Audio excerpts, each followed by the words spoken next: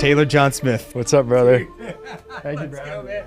I appreciate you too, man. Thank you for coming out here and joining me and doing this podcast, dude. I've been looking forward to this for a while. Hell yeah. I have been. I didn't know, it was kind of a shot in the dark. I was throwing a dart at a board, not knowing where it was going to land. And I'm glad that it worked out. You know, you just happened to be, dude, I actually happened to be going there that week. Yeah, you called me or texted me last week and you're like, you don't live in LA by chance? And I used to, and I was coming out here for work anyway. So you being out here and me being out here at the same time worked out perfectly. Yeah. Meant to be. Dude, yeah, it's that, like I was saying, it's serendipitous, which I don't use that word very frequently, but it's, that's what it feels like.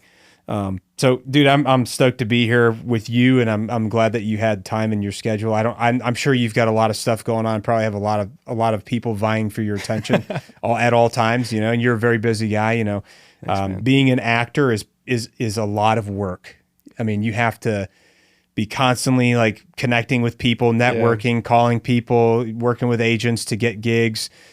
Sorting through what the scripts look like, probably to figure out, like, does this feel like something that would be good for me? Mm-hmm. And then there's a million things that go into that, probably, that you have to think about, like, how is this going to impact me down my career if I take this role? Yeah. And like there's so much that goes into it. And I'm a huge movie buff. Like I've been really interested in like the arts and like music and the acting field and like just movies and TV for a very long time. I actually wanted to be an actor when I was a young kid. Yeah. It was like kind of one of those like things when you're a kid, where, I was in like plays, I was in theater, like I was a theater kid. Did you put yourself in, or your mom? No, I didn't. Really? Yeah. I wanted my dad was an actor in New York City before I was born. He was in a lot of Shakespeare plays and stuff. Okay. Yeah, back in the day. World. Yeah, I don't know. Are you familiar with any like theaters that are on that side of the states? New York, there's Broadway. I'm familiar with Broadway, but it's mostly that. There's also off-Broadway stuff, but I'm not huge into the theater world. I haven't got a chance to dip into that side of things, but like I'm aware enough of it. I have friends that do some theater. My dad worked, I think he worked in DC for a little bit too. Okay. I think there's a theater called the Folger Theater that's fairly well known. I don't know how well known it is. I'm not like super in tune with that world either. Like, so I don't really know, but he lived in New York at the time. That's actually where my parents met, because my mom was born in New York City and she grew up in Greenwich Village. Nice. Up there. It's a cool place to grow up. Yeah. But it probably wasn't what it is. No, it was like, it was kind of ghetto back then from what she said. She said like, it was really sketchy and dangerous back then, but it's like very, I think it's, from what people have described it, as gentrified now, just because it's like a little bit safer, and like it's actually like pretty expensive to live there now, from what I understand. But I haven't been in a long time. I think the last time I was in New York was 2012 when the movie Argo came out. Oh yeah, Ben Affleck. And I remember that because my dad and I were taking his boat down the East Coast. He was in Maine and he left his boat up in Maine during the summer, and then he was taking it down for the winter to store it in the South where it's a little bit warmer. Yeah, a little bit warmer, easier on the boat. And one of the places we stopped on the way down was in Manhattan, and we moored the boat on a dock there. And we went into the city. How cool was that? Oh, it was super just cool. Take a boat up. Let's go stop in Manhattan real quick, catch a flick. Yeah, it was cool. Like awesome. We stopped at a boat or at this like dock, and we walked up some stairs and got into the subway, and then took the subway near Times Square, got out in Times Square. I actually got that backpack right there is from the Oakley flagship store in Times Square. That's sick. I bought it in 2012, and then we went and saw that movie Argo, and then after that we went out to dinner and then walked around for a little bit and came back to the boat, went to sleep for the night, and then left the next morning. So you and your dad have like really good relationship like that, where you can go take trips and stuff? Yeah, I would say we have a close relationship. We don't spend as much time together now. It's very hard to, because at the time I think I was still living in North Carolina near where he lived. Okay. Like we lived in a very close distance to each other.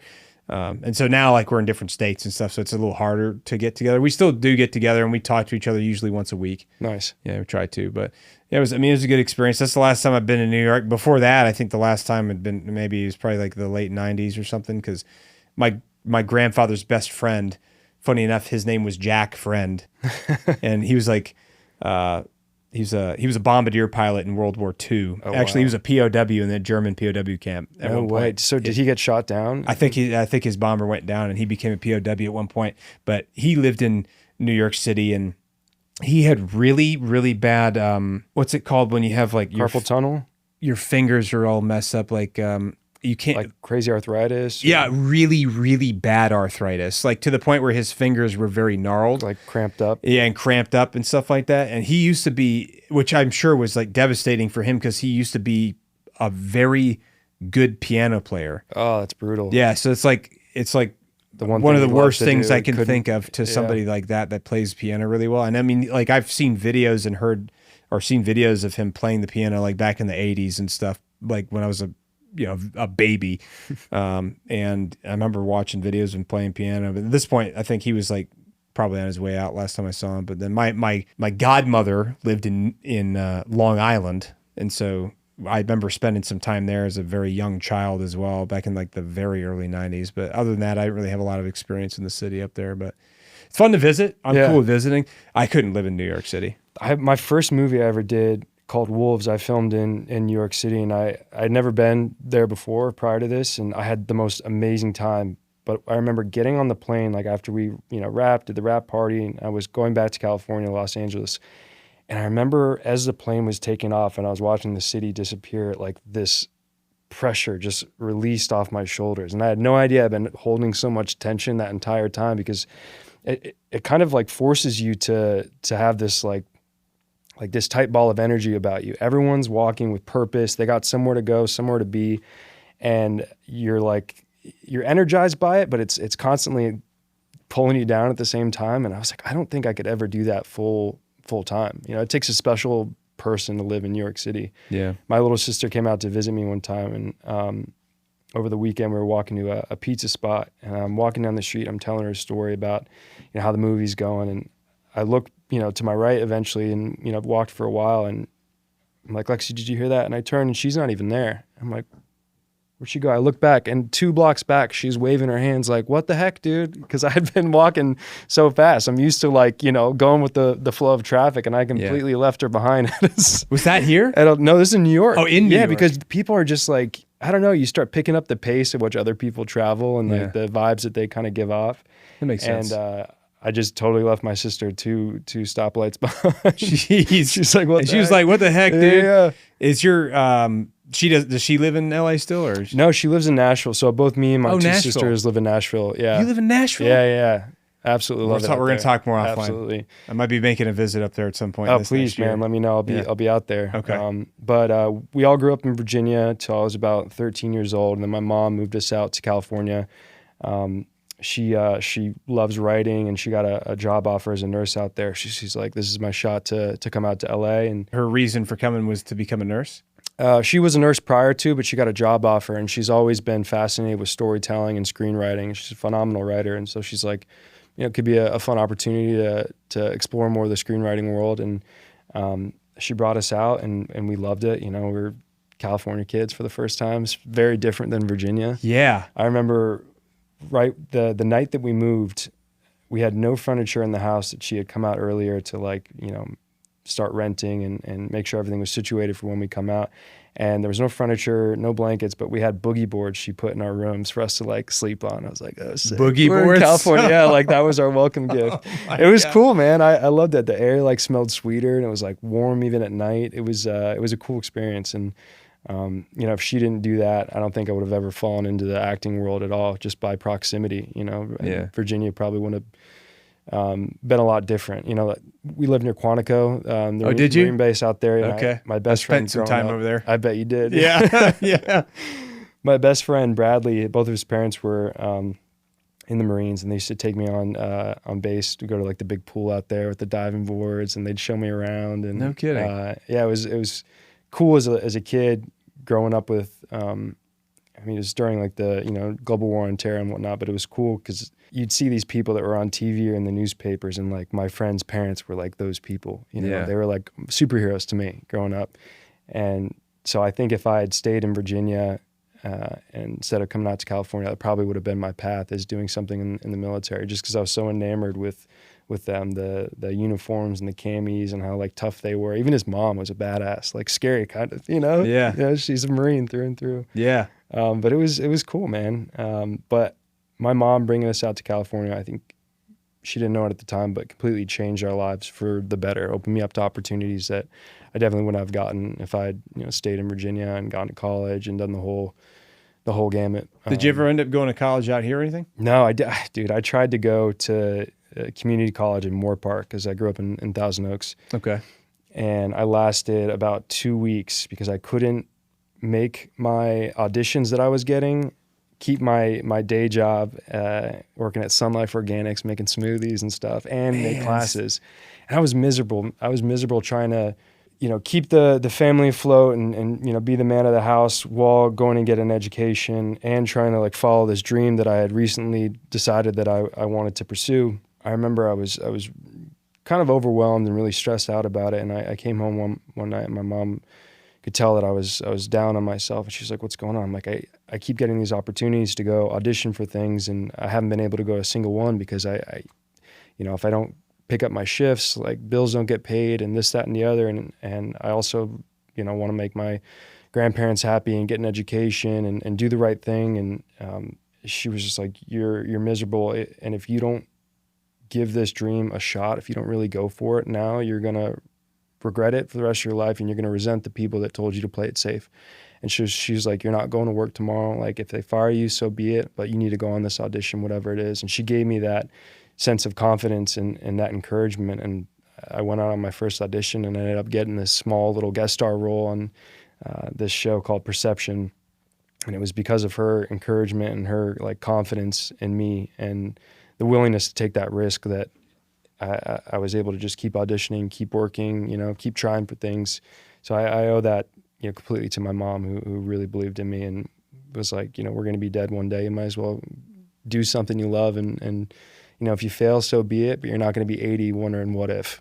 And she was always about that. Like, go for it, go for it, go for it. So to have that support system was phenomenal. Yeah, so, dude, that's super lucky, man. Because not everybody has that. Yeah. And the fact that you're able to like consciously be aware of that, that's also important. Very much. Because part of you wants to have that backup plan. You're like community college, you go get a degree in, something that you have an interest in. Yeah. You have a day job. I was cleaning bathrooms and making smoothies at this smoothie shop and very grateful for that. But also there's this other part of you that wants to dream a little bigger, that Marty Supreme and everyone that wants you to dream big. And I don't think I would have really given it a fair shot if my mom didn't give me the encouragement to do so. Because at that time I was, I was kind of man of the house and paying the bills and trying to be the rock for me, my sisters, and my little brother and my mom. Yeah. And it was a scary thing not knowing where like the bills were going to get paid from. If I say no to this and I don't get that and I lose my shift or I don't know, it was terrifying. And she's like, it's way scarier to not do it than it is to do it. We'll figure out the money situation. We'll figure out, if it doesn't work out. But it took that leap of faith and, God provided, man. So dude, the best thing to gamble on is yourself. Yeah. There's, because you can't win if you don't play, man. Was there ever a time in your life where you had to put all your marbles into one thing and just go for it? Many times. Yeah. This whole thing, all this, everything. I have risked so much. Like I risked a lot in trying to invest in myself.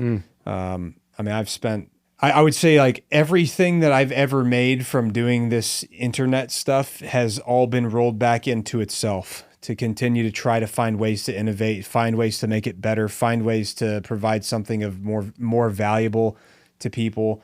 To pay for travel around and one of the things I really want to do is that this is almost not, it's not a risk like in the fact that like interviewing people and podcasting is not risky behavior, you know what I mean? But it's like, it is a gamble because especially right now with how saturated the environment is, with media and everything, everybody's got a podcast. There's a million of them out there and you either start or you don't ever do it, and if I'm going to do something, I'm the kind of guy that's like, I'm going to go all the way in. I'm going to go so far in that I'm like, swimming underwater, and as you should though. I mean, I was, Chris Williamson, he's Modern Wisdom amazing guy. Dude. Love him. But he was saying something along the lines of the first couple years, the max amount of subscribers that he got was 10,000. It was like 400 episodes that he did, and he had 400. Yeah, and all he had was 10,000 subscribers. I believe that's what he said. And then in the final, I think he's at 1,000 episodes. 600 is where those, almost 4 million subscribers came in. So wow. The last chunk, is the biggest leap, but it's also the shortest amount of time. So there might be a season for you for a while where you don't see the needle moving as much, and it's just to encourage you. I would just keep hammering it. Yeah, I think keep going. I think that's definitely the case, and that's how I've been doing most everything. Is like I've just kept going, because there's been plenty of times where like it's felt like the growth was stagnant and things were like kind of like flatlined, but I just kept. The one thing that separated me from a lot of folks in my mind anyway is that I kept pushing and I kept doing the things that sometimes suck, because I get up at like 4:30 in the morning to do most of the work that I do, because when I leave at 7:45 to go to work, it's like I'm at work. I can't do any of this stuff while I'm there, because I got to focus on that stuff. And damn, you start your day at 4:30? Yeah, 4:30 is when I get up. I shave, I eat breakfast, and I usually try to be in my home office by 5, and I start working. All right, Jocko. Well, that's the only way. I talked to him about that just the other day, actually. I met him in October for the second time ever. What a cool guy, right? Yeah, amazing dude. Awesome guy. Great work ethic. He's as genuine as they come. Like, the person he is in person is exactly who he portrays himself as on the internet. Nice. He is exactly that guy.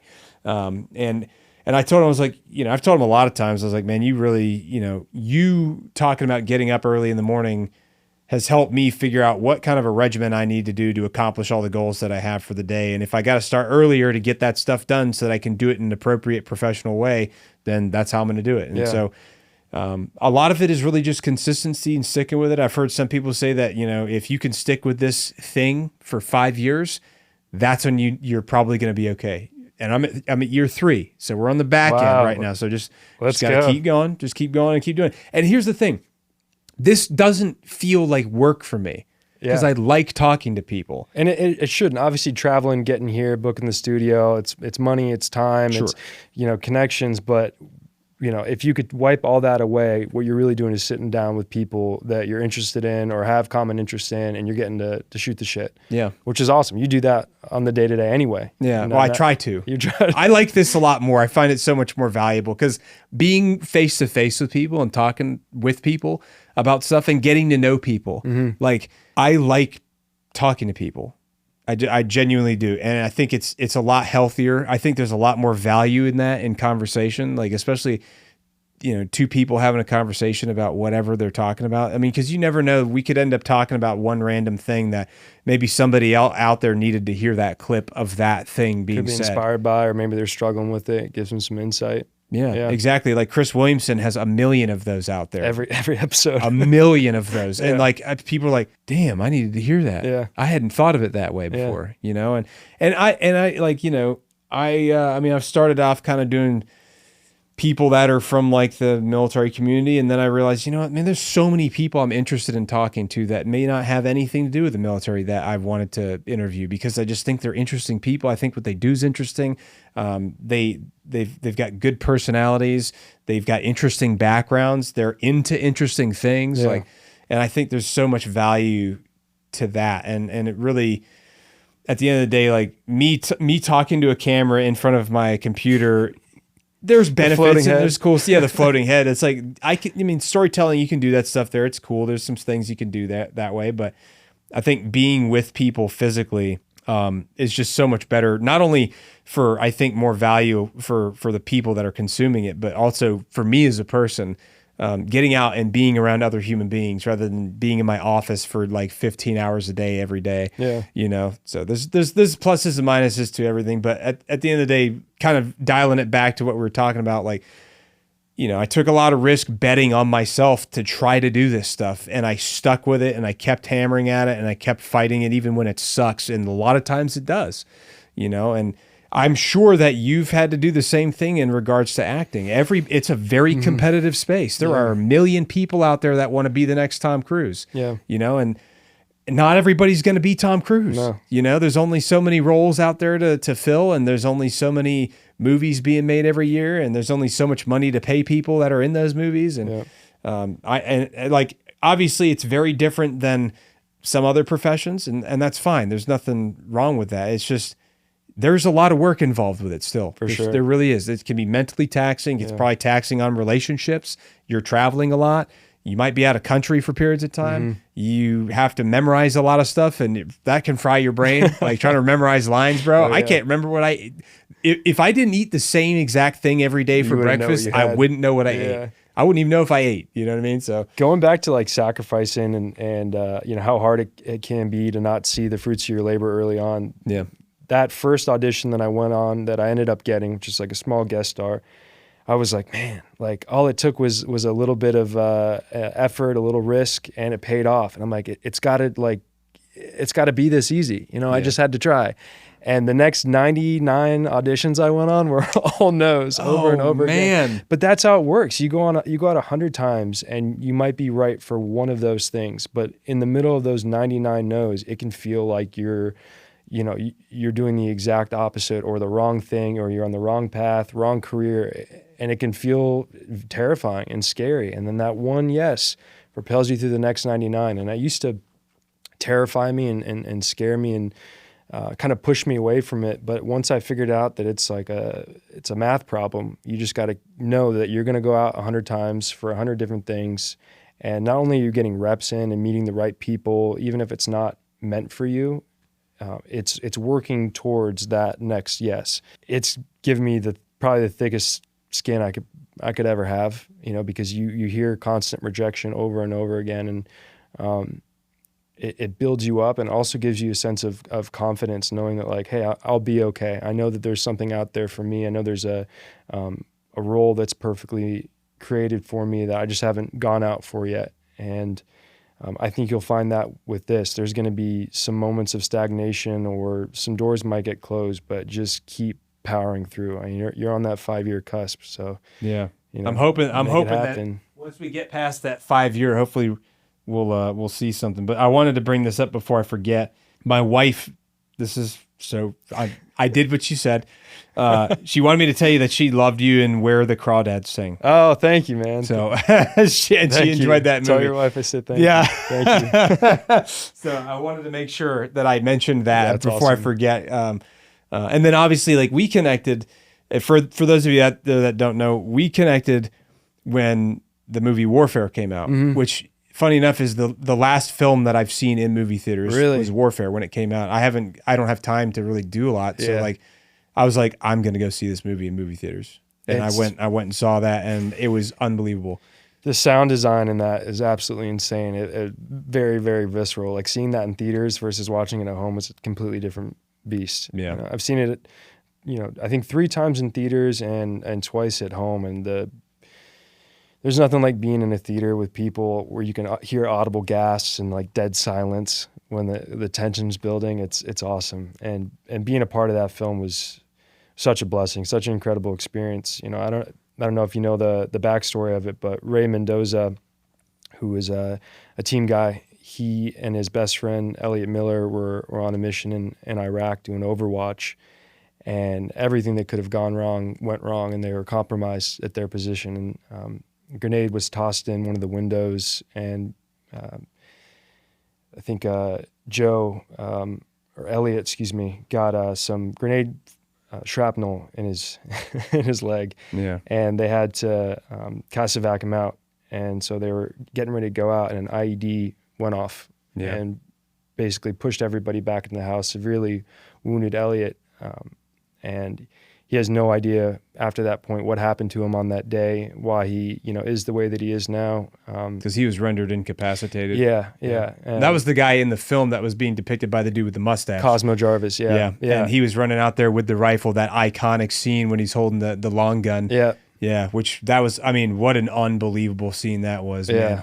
Dude, it gave me goosebumps. I was like, holy cow. And Alex Garland and Ray did that so well. But he couldn't really explain to him in writing or by stories or even photos like what happened. He doesn't have any recollection of that moment. He doesn't know why he is the way that he is today.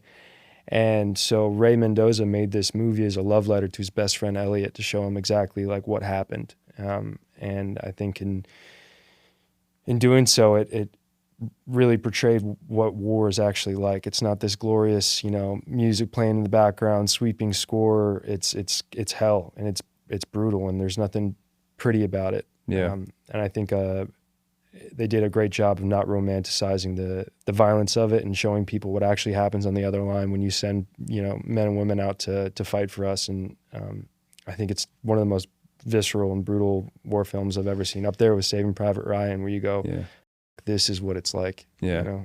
Yeah, I think they did a really good job with, and again, I've never experienced combat personally myself, but I mean, I have a lot of friends who have experienced it, from, dating all the way back to the original push into Iraq. I mean, I've got friends who are Vietnam vets too that experienced all that, but there's, one of the things that I heard from a lot of guys in the veteran community and the active duty community was how visceral it was, and how even like the little small nuanced, what's the word for it, idiosyncrasies that we have. Yeah. Like when the guy was dancing as they're like doing a night patrol outside, when they were dancing. That was me. Yeah. The like air humping thing. Yeah, me and Evan Holtzman. That was you, dude. Yeah. That right there, I'm telling you, that is exactly what those types of dudes are going to do.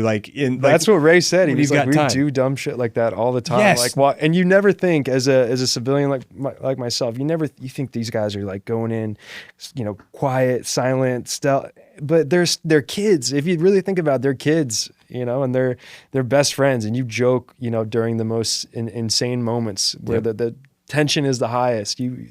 There's humor in everything, right? Yeah. And all those little moments that Ray sprinkled throughout made the film what it was. Yeah. And you go, oh, these are real people living real lives, as opposed to, the American flag waving in the background and a bald eagle screaming overhead. It was like a real slice of life in this hellish day that they had. Yeah. Well, have you ever seen the HBO miniseries Generation Kill?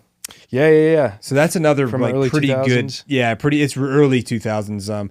A buddy of mine, Rudy Reyes, was in that series, and he was Reyes, the super jacked, really handsome dude. Yeah, really handsome, like the most handsome dude. Yeah. And I hope he sees Shout this out and Rudy. knows. Yeah, shout out to Rudy. I hope you know how handsome you are. I tell him every time I talk to him, I was like, man, you're a really handsome guy, But he's. I told him, I was like, dude, when I get to be your age, I hope that I'm as shredded as you. I know, because I don't know what you're doing. You're like drinking the fountain of youth or something, dude. But in any case, they did a good job of portraying like kind of like how life is or how life was for these Marines and like the early operations in Iraq and stuff like that. And the monotony of it. I mean, the first 20 minutes of that movie is absolutely nothing going on. Yeah, it's just boredom. You're just sitting there holding security, that's how everybody I know that's been to combat has explained it. They said it's like 90% boredom and you're just doing the things that you're supposed to do. And then everything is complete, utter chaos for like moments of sheer terror. For moments of 15 sheer terror. minutes. Yeah. And that was exactly how they did it. And they did it. I think they did a good job. And especially young guys, because you think about like your average SEAL, your average Marine, your average sailor, whatever. Like they're unless they're a commissioned officer and they went through like college first, most of them are pretty young when they get to the operational forces, and they're going to want to joke around and mess around. And plus, like you said, humor is a good way to blow off steam when you're doing stressful stuff. Gallows humor is, and that real sticks thing. with you, obviously. I'm sure you and your buddies still like, talk smack all the time and make the darkest jokes at the most inopportune times. Sure. It's a way to, Not on the internet as much because you get flagged for community guidelines. But when you're just with you and your friends, you make jokes about dumb stuff, and, you make fun of everybody because like, it's like everyone's your family. It's like you all make fun of each other, but if somebody that's not in your family makes fun of you, you're like, that's a no-no. Yeah, exactly. Like, I can talk shit about my sisters, but if anybody else does, it's game on. Yeah, exactly. They're getting a football thrown at their face, But yeah, again, back to the film, like it was extremely well done, every single aspect. And part of that, I think, is because you guys had a really good team of people who were there for the events to like guide the whole thing, like steer the boat, and I always think to myself, like, I always wonder, like, as actors, I imagine there's an immense pressure on guys that they hadn't served before, but there's an immense pressure because I'm sure that you guys are like, man, I want to make sure that this is as done as well as possible for the guys that have been through this. Yeah. And the guys that you're portraying, especially if you're portraying somebody real. I mean, we all, we all were. At the very end of the film, it shows a lot of faces. Most of them are blurred, and either due to privacy or the fact that they're still serving. And I know a couple of them that are. These are real people with real lives, real Gold Star families, and this might be the only time that their son or father or brother is represented. And film is forever, and so you have to get it right. You have to get it right. I actually met Ray Mendoza. He was one of our military advisors on a film I did, The Outpost, for Netflix, which was another military film. And him and Jericho Denman and his brother Travis were Army Rangers, and obviously Ray was a SEAL, but they put us through the training that we did and kind of got us into that mindset of like, this is going to be a forever thing. You got to get it right. You got to do these families and these men justice, and you can't half-ass it. And drilled it in to us then. And then to see him being on the directing side of things, and that's how we kind of got connected on this film, is because we had such a great interaction, I think, the first time that he brought me back in for Warfare, but he'd been drilling it into us from the beginning. This is as real as it's going to get for you actors. We're going to try and make it as accurate as possible, but never lose sight of the fact that these are real people with real stories, and this is your one chance to represent them. So like, don't screw it up. Yeah. And that's a lot of pressure. Yeah. I mean, I can imagine you're like, yeah. All right. Well, I'm going to do the best I can. Let's get as many takes as we need to take, man. I don't care how many times we got to do it. Pressure is having to go clear a room with a PKM on the other side. We're actors, Pressure we have is self-imposed. Yes, there's a little bit of that, but it's nothing in comparison to what these guys had to do. So if we had to, spend a few more hours, doing room clearing drills or magazine changes or doing group activities, as we'll call them. Team building exercises. Yeah, team building exercises. So be it. It's nothing in comparison to what these guys had to go. And an honor to get to portray them as well. Yeah. Some of the activities that Ray would have us do, we'd have a guy in a stretcher. We'd have five or six guys to a team, and we'd be fully kitted up with and thank God they did it the right way, where they actually put plates in the carriers, so there weren't these flimsy little things. I hate when I see that. But he would set us up teams, and he'd give us a point on a map that we would have to carry a wounded guy in a stretcher with these 2 5-gallon jugs of water, and every that's hilarious 30 seconds we'd get contact and have to drop everything. And you know what that's called? No, it's called a Kazovac drill. Oh, we did lots of Kazovac drills, and it sucked. People were throwing up. We got lost. We were always late. We never got to the point on time. That's hilarious. And it just goes to show how much communication can get lost or destroyed with stress. In the rotation, we were on this perfect rotation, so people didn't burn out the same arm and take turns carrying the water jugs. But when you don't know where you are and people are screaming and you're behind on the timeline, and then your other buddy gets shot and now he's down too, and someone's got to help carry him, everything breaks down. And that was just a micro moment of chaos. And this is what they did day in and day out. That scene where DeFerro Wuntide takes his headset off because there's just so much chatter and stress. That's your job. That's your job for however many deployments you go on. That's insane to me. Yeah. We just had a little taste of simulated stress, and we panicked and fell apart.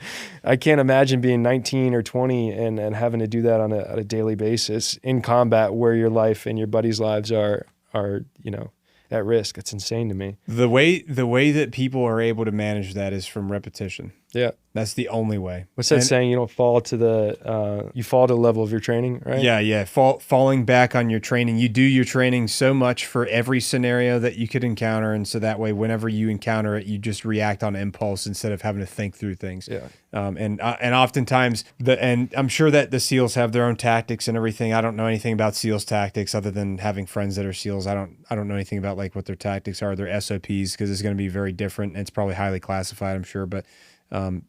Marine Corps, it's very, very simple. The one thing you always have to do if you're getting shot at, you need to shoot back. While you're shooting, that's the first thing that has to happen. You have to immediately return fire, and then you need to take cover, and then you need to start returning accurate fire, and people need to start getting like if somebody is hit, they need to get pulled off of the zone that they were hit on and pulled behind cover. And somebody needs to start, somebody needs to start performing triage. Somebody needs to start calling in a 9-line. You need the 9-line is like a CASEVAC report. Essentially, it's a casualty report. So there's like 9 lines. You call up the people that you need to call that have helicopters or medical teams or whatever, and you give them like a bunch of different things, like your call sign, your 10-digit grid. You tell them the type of injury the person has. There's a big list of all these things, and like to remember all that information. Well, what you do is typically you'll have a report that you'll have like a pre-made report that you can write on, and you'll have it in one of your pockets. Like I had a quarterback sleeve. That's what Ray had. Yeah, I had a quarterback sleeve when I was a squad leader, and I had my reports right there, and I could write on them with a map pen, and then when I was done, I could wipe it clean. And so like if we took a casualty, I'd just whip it out. I'd fill out all the information real quick. I'd get on the radio behind cover while other people are doing other things after I've delegated to like. You have to be like, okay, what needs to happen first? All right, delegate everything that needs to happen right now. Once it's all been delegated, you trust your dudes to take care of what needs to happen. You get behind cover, and then you need to start calling in the 9-line. And you need you need to have somebody else calling the 9-line. Oftentimes, like people like to delegate that out too, because then they can be the leader that's in the fight still. Depends on like what you like to do as a leader. There's no wrong answer. You can do it however you want, but it like you said, it's very complicated, and the only way you get better is just repetition, and the Marine Corps does a really good job with it. I'm sure that the Navy SEALs probably train their asses off. Yeah. I mean, like they are absolute consummate professionals. I've been fortunate to work with some SEALs like in a forward deployed environment before. I actually got promoted to first lieutenant by a couple of Navy SEALs because I asked them, I was like, hey man, like there's no Marines out here. Like, I was just with them and some Army cats. I was like, you guys mind pinning me to first lieutenant? And this was in 2023. And we were in Syria at the time. I was like, this would be kind of cool for me. Like, can we go shoot some guns and like you guys can pin first lieutenant on? And they're like, yeah, that's cool, man. So that was a really cool experience. But they're super professional guys, like very laid back, very professional. They expect there's a certain level of expectation they had for like, what you're doing and what we were doing. Like, we're not out there to like play around, like, but at the same time, like they were chill, like, hey, let's get some chow, let's relax, talk through things. Really cool dudes, man. So I had I'm sure everybody has different experiences because it's very personality driven. I'm sure there's some good people and bad people in every branch, but I've had a pretty overwhelmingly good experience with SEALs, and they were very professional, and obviously they train their asses off, and there's a reason why, they're respected in the special operations community. And I mean, obviously you saw the Delta raid that happened recently. Those guys are respected too. Bro. Pretty wild. God. Pretty wild situation. Insane. And by the way, I don't know, exactly how to feel because all I see is, clips on the internet. But to have a group of people that can go in your country and steal your president is insane. Yeah, that's a show of force. That's insane. Yeah, but we definitely for sure have people that are there right now that we've had there for months for sure, probably years. But it still is like the fact that they were able to get in, take him, and then leave without losing anybody. Anybody, yeah. That's almost spooky, I would imagine. Very spooky. It's spooky to me. I'm like, oh my, like the ultimate snatch and grab. If they could do him, they could definitely come get me. You know what I'm saying? Like that's so crazy. Yeah. When I see your clips online, where are you getting most of your information from? Is it all over the place? Did you see something on Twitter pop up or the White House dropping a video and you're like, oh snap? Like it's usually like, I mean, it's all over the place. Like X has a lot of things on it. There's a lot of folks that are doing a lot of good work on X. And a lot of the times I'm not the person breaking the information. There's also other means I can't say necessarily, but I would say X is. There's really a lot of people on X that are like, breaking news and breaking it. Yeah. And then you can usually when something's broke, I can usually do some searching and try to find more details about stuff and then elaborate on it. And if I can find like some news articles on it, even better, like elaborate even more. Cause I like providing some finer details to explain like some contextual stuff. Like, because like some of that stuff gets lost with the mainstream media because they only have so much time to put things together and like they're posting like I mean, hell, a lot of these big media corporations are posting like 20, 30 short form videos, maybe 50 on their pages per day. And it's like, I'm not doing that. I'm doing 5, bro. I don't have time for. You're consistent though. You're on it, man. I try to be. I've set the bar as like, my goal is 5 every day. Find 5 interesting things to talk about, either current event related or, geopolitical related or technology or military stuff of any kind. Even if it's just news, like of something that happened. I think it's interesting. Like at the end of the day, like really everything in media, whether it's movies, TV, social media, anything, it's all about providing something of value, and if that value added is you're helping portray a story of lives that people lived and experiences that they had, that's great. I think that's awesome. Some people are better at that than others. And then if you're teaching somebody about how something works, I think that's valuable. I think if you're informing people of information or providing information to people, that's valuable. If there's like, if you're teaching people about some sort of technology that maybe they didn't know about, maybe that's valuable.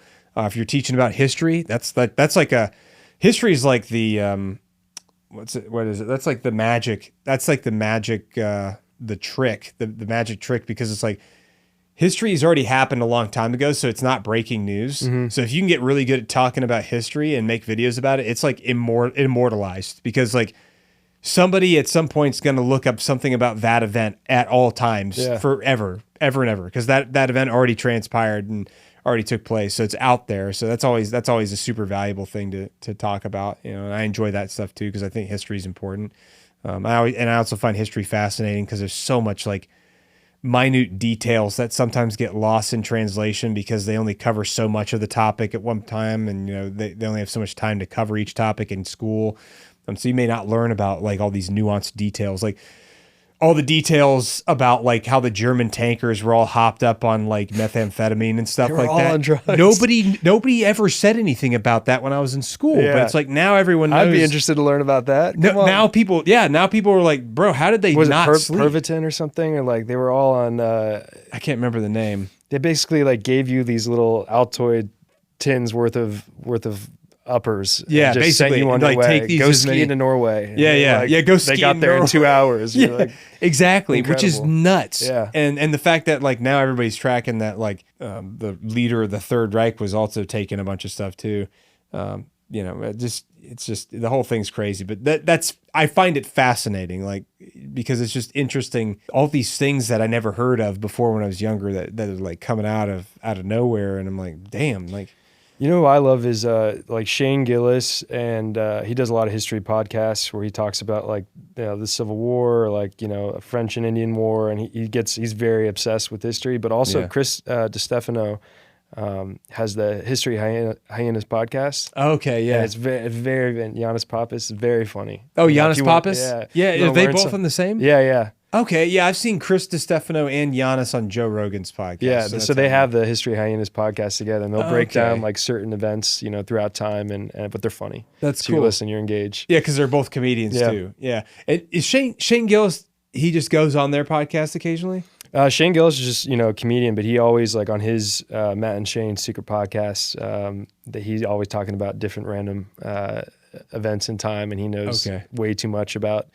Like the Battle of Antietam or whatever. He'll just go on a rant for 15 minutes, but he knows his stuff, and it's like it's funny the way he explains it. That's cool. Yeah, I know Joe Rogan's been trying to persuade him to start his own history podcast.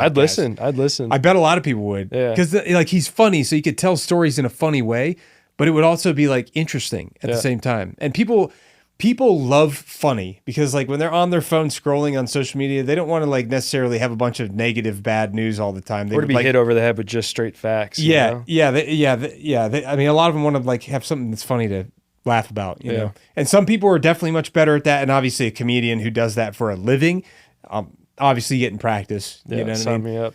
That's tough. So, what was the first thing that really made you decide? Look, I think I want to try this acting thing out. So my little sister, I remember I told you we moved out to California. Yeah. My mom brought me, my 2 sisters, and my little brother out. When she was around 15, 16, she got approached, my little sister Lexi, by a casting director at a mall. was like, I love your look. You should come check out this acting school. At a mall. At a mall, just a random, sometimes you'll have like scouts go out to malls and see like, younger people like, oh, you could be a model, or, you could be an actress or an actor. And they're looking for like that thing. And my little sister's very, very pretty, and she's, got a great personality, charming, but they saw something in her. Do you guys live together? We do now. Yeah. That's cool, man. Yeah. It's been sick, actually. That's because like, it's like nothing, there's nothing like living with family, cause you can trust each other. Mm-hmm. And like, that like, I mean, it's just like, it's a safe place. Yeah. For both of you. I think that's really cool, man. And to reconnect as adults has been awesome. Has it? Yeah. What's the differences in age between the two of you? I'm 30. I got an older sister, Chelsea. She's 33 now. And then my little sister's 28. And then Connor, he is turning 21 tomorrow. He's a margarita baby. Margarita baby? A little bit of a gap. And you said a margarita baby? Yeah. But that's funny. My little sister got approached by a casting director at this mall and was like, I love your look. You should come check out this acting school. And that kind of started the conversation in her head a little bit. But then it started the conversation in mine. I'm like, acting, we'd always gone to Blockbuster growing up. And oh, me too. For the longest time, I always thought there was people in the back making the movies. You never realize there's this whole industry behind them as a kid. They're just people that live in your TV. Yeah. And it started really kind of percolating around my mind, and I started getting interesting like ideas about, well, maybe I can go check it out. Maybe I can, take her place in this school. And eventually I persuaded my mom and my grandparents to pay for the first 2 classes, and I went in her place and ended up falling in love with it that first night. This woman, Pamela Shea, who I'll ever, forever be indebted to. She was the first person, I think, that believed in me before I even knew that there was something within myself. She saw from the very first night, the first scene we did, which, I didn't know what the heck I was doing, but she was like, this is something you should keep coming back for. You don't know it yet, but like you're going to do great things. Like, keep coming back. And I went back the second time and third time, and eventually, got a little sponsorship from her, and with the help of my grandparents, I was able to go back my senior year of high school every Tuesday and Thursday for that year. And I just fell in love with it. And at the end of that year, I got an opportunity to do a showcase, which is where you go out in front of different agents and managers and you perform a skit or a monologue or some sort of bit and garner some meetings and attention off that. And that year I was able to really grow and learn, and not only as a actor, but as a man. It's very formative years of high school, and trying to figure out what you want to do and what your value is that you can bring to the world is a hard thing. And so I was very grateful that I got to find something that I loved to do early on, that I was good at, or at least I could grow to be good at, Yeah. And Pamela Shea guided me through that year at her class. And when it came time to graduate high school and do something with it, I got an agent and a manager after that showcase. And after that. Yeah, they started sending me auditions, but again, I was, working that job at Sun Life. And did you have to pay your agent and your manager a fee, or was it like they just? So how does that work? It's once you get a job, they get a percentage, like 10% is usually what it is off the job you make. But if you ever have to pay up front, it's usually a telltale sign you should run the other way. Oh, okay. You don't pay them unless you get paid yourself, and they take a little percentage. So it's, I've had experience with that before, known people that were... There's skeevy people everywhere in every industry. And even percentages, like sometimes people take a crazy percent that's like not industry standard. Yeah. But thankfully I had a great experience, and I just started going on auditions once my mom gave me the confidence and encouragement to just go for it. And it started unrolling from there. But I don't think it would have ever have happened if I had wanted it from the get-go, like as a little kid. It kind of fell in my lap in a sense. Yeah. Did you ever do any like play stuff when you were a kid, or theater or anything? No. In high school, I was part of mass media, and we'd put these videos together that the whole school would watch that were kind of funny and informative about like games that were coming up, or like things on the schedule, proms and homecoming and all that. But that was the extent of it. This was the huge departure from that. This is like very, very focused, character-driven work where you're trying to become, less of you and more of somebody else. And it was exciting, but it was scary and terrifying. There was nothing leading up to that would have made you think that this is the path I was going to head down on. It was very serendipitous, very, I think it was a gift from God for sure, because if I had wanted it from the get-go, I doubt that it would have happened the way that it did. It kind of fell in my lap in a way, and I rolled with it, and I'm still rolling with it, trying to, figure out where it goes next. But it's been cool, man. I've got to travel the world and meet amazing people and tell incredible stories, and it's the one thing you'll never perfect. So you're always going to be growing and learning and getting better. And that's exciting. I can do this for the rest of my life. It's not, well, there's longevity in it. I mean, you look how old Robert De Niro is. He's still doing it. Yeah, exactly. Because people are going to be 80. People are going to be 90, There's going to be, there's a character for everybody, bro. Exactly. Yeah. Who's your favorite actor if you had to pick one? I know that's a tough question. No, I mean, I got a couple. I've always looked up to Denzel Washington. I think the way he handles himself, off camera, as much as, he's a brilliant actor on camera and on Broadway, he's got a good life for himself, and I think it's because he's protective of his heart and his soul, and he's not in it for the fame or the fortune. He loves the craft, and I think that's very inspiring to me. I love Joel Edgerton, Shia LaBeouf. I know he had a mix-up a while back, and he's making a huge comeback. But I think he has. I grew up watching him. Even Stevens. Did you? I don't know. Holes? There's always some holes, man. But I think he's so honest and brilliant every time I've seen him on screen. Even in big movies like Transformers, I think there's Disturbia. I loved Disturbia growing up. I think he's brilliant. As an actor. Have you ever met either of them?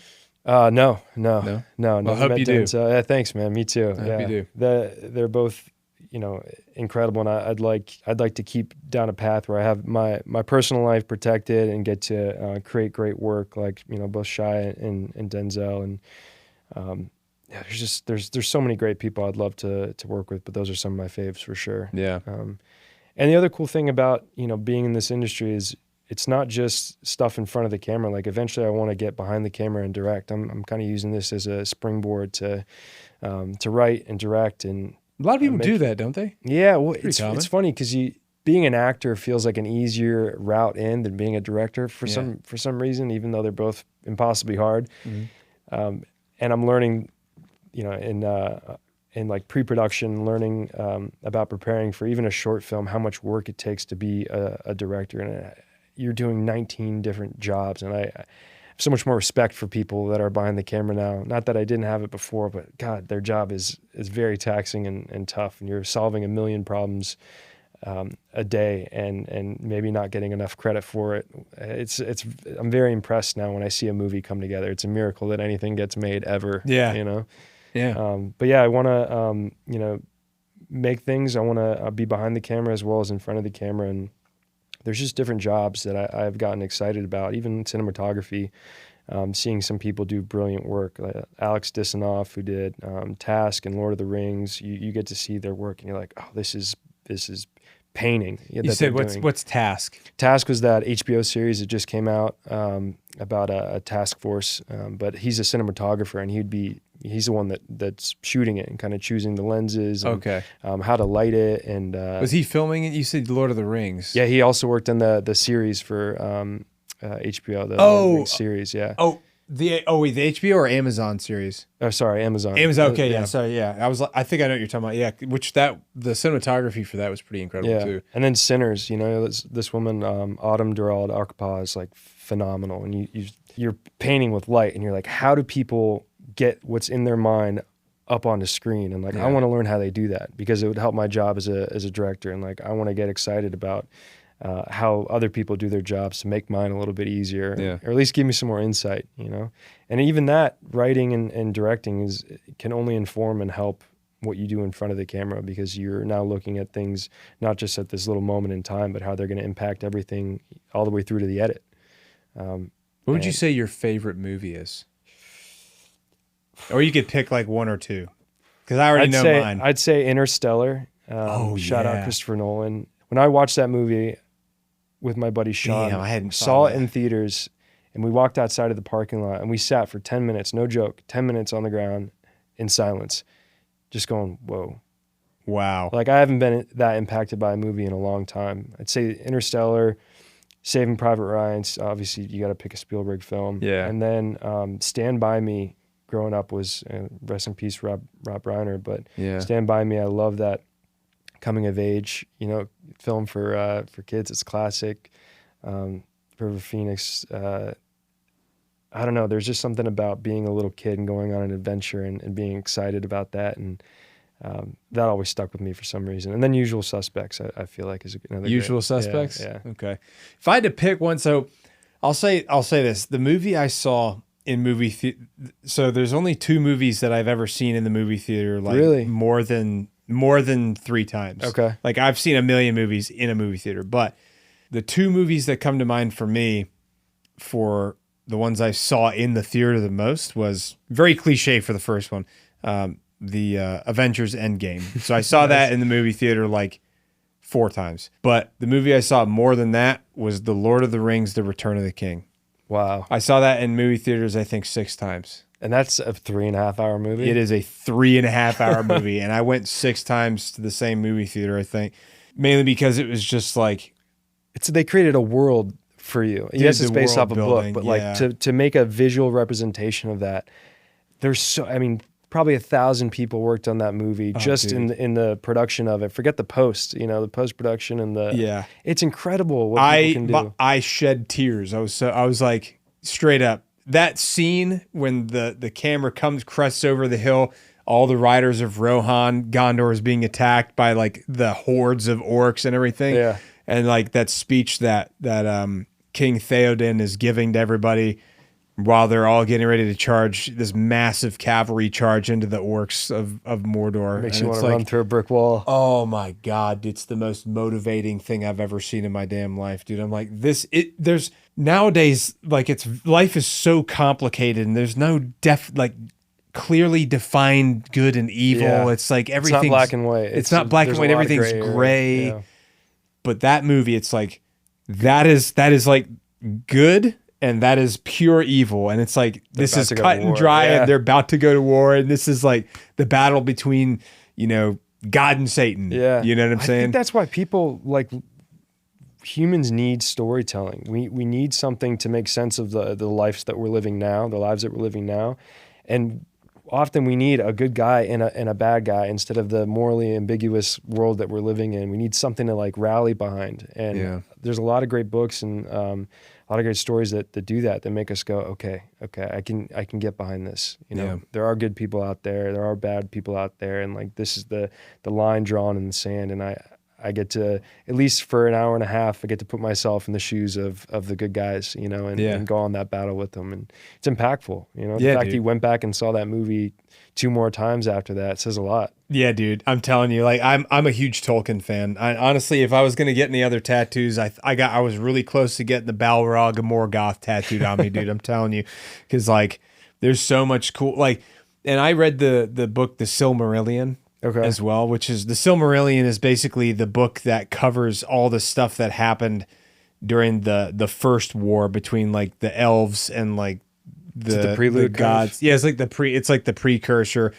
So like the battle that takes place at the very beginning of the Fellowship of the Ring is like, I think the end of the Second Age. And so that's when like, the elves and the humans teamed up, and it was just the elves and the humans really that faced off against Sauron, and like they cut the ring off him, and that's when Isildur gets the ring. Damn, you know your stuff. Yeah, that's the end of. Well, I know so little because there's so much. It's such a massive world that Tolkien built, but the first book is all about the First and Second Age. So it's about everything that happened in the First Age, which is massive because like it's like reading the book of Genesis in the Bible because. Literally in the beginning of the book, he's like talking about in the beginning there was like there was God essentially is what it is. He talks about it like there was God, and then God had these all these other lesser gods that he created, and they were all singing, and like their voices through singing were creating things and all kinds of it was. And it's a language, magical. Right? Did they create a language? Yeah, he created an entire language for them. Explain that to me. That's nuts, dude. To be that brilliant. What a brilliant! Like I wish I wish to God that dude could have been alive today to be like a screenwriter. Like imagine the stuff he could have come up with for storytelling. Because like what you're saying, dude, storytelling is so huge. It's like a real human experience. That is probably one of the most human things, one of the longest standing human traditions we have. Stand around a campfire because it helps you, one, either live a better life or hey, I went hunting today and there was a cave that we hadn't seen before. Like, stay away from that. And they'll tell you a big, story about a saber-toothed tiger, all the way up until, how to make sense of whatever it is you're going through. That you resonate with the character you see on screen. You go, okay, my life doesn't feel so small anymore. Like, someone knows what I'm going through. Yeah, it's very, very powerful. I mean, I agree, and I'm honored to be a part of the community that gets to tell stories, and you can do, again, like, you can do it for forever, and there's always going to be more stories to tell, and it's going to keep evolving to the end of time, and I'm stoked to be doing it. Same with you. There's going to be people you want to interview, years and years from now, people you know about, people you haven't even met yet, that you're going to be able to expand on their lives and what they've gone through and help somebody else along their journey, it's awesome. That's what you're doing, storytelling. That's my hope. And that's my hope. And I think it's important, man. Like, that's why I really want to lean into podcasting a little bit more. And I've been saying this a lot recently, just because like there's so much value in it, and learning about people. And plus it's a very narrow, a lot of the times it's like, there's only so much that you can do when it's just you facing a camera. Whereas like when you're it's not as dynamic. Mm-hmm. You have to pick a topic to talk about. And maybe you talk about it for 3 minutes. Maybe you talk about it for an hour. I don't know. I mean, I know some guys that are really good about it, that are really good at it. That, like, there's a guy called Wendigoon. I don't know if you've heard of him. No. Yeah, he's I think he's from either Tennessee or like Western North Carolina or something like that. He's from the South somewhere, but pretty a fairly religious Christian guy. But he's really good at telling stories. He tells a lot of like stories about like the occult and like things like that. And he does really good breakdowns, and his videos are all like 2 and 3 and 4 hours long. Wow. And it's just him talking to a camera. And I don't know what the preparation time looks like for him prepping for that, probably but months. It's probably a long time, because like he doesn't post that often. He posts like once every few weeks, maybe 3-4 weeks sometimes. But it's like a banger every single time, dude. It drops on, and he's just a YouTube guy, but he's been crushing it. But there's a lot of other people out there that are good too, I'm sure. Like, that I wouldn't be able to name. I'm sure there's lots of them. I mean, there's a lot of good storytellers out there in general. But I think that for me specifically, I like telling other people's stories. Mm-hmm. I don't personally feel like my story is all that interesting, and it's like weird. Maybe that's weird for me. But I love hearing other people's stories. Like, I think, because that's something that I just find fascinating, and I like to get to know people. And there's a lot to people that you may not know just from seeing them in movies, just from like their brief interviews with media, just from like their talk shows. It's never like this. It's never a 3-hour-long podcast where you're just shooting the shit with someone. It's always these, 30-second, 90-second clips. Yeah, and then an ad break. Yeah, exactly. Which is like, I get it. Like they have to do things for ratings, and they have to do it like that. But that's why I think this is so valuable. And I think part of the reason why I decided to start really doing this was probably just from listening to Joe Rogan for such a long time. Mm-hmm. I mean, I've been listening to him for like 6 years, and I mean, the dude has people. He might have an MMA fighter on one week, and then the next week he might have on somebody that like is a florist. That just like is a really good florist and has a passion for different types of flowers, because he just happened to find her a video of hers, and he's like, you know what?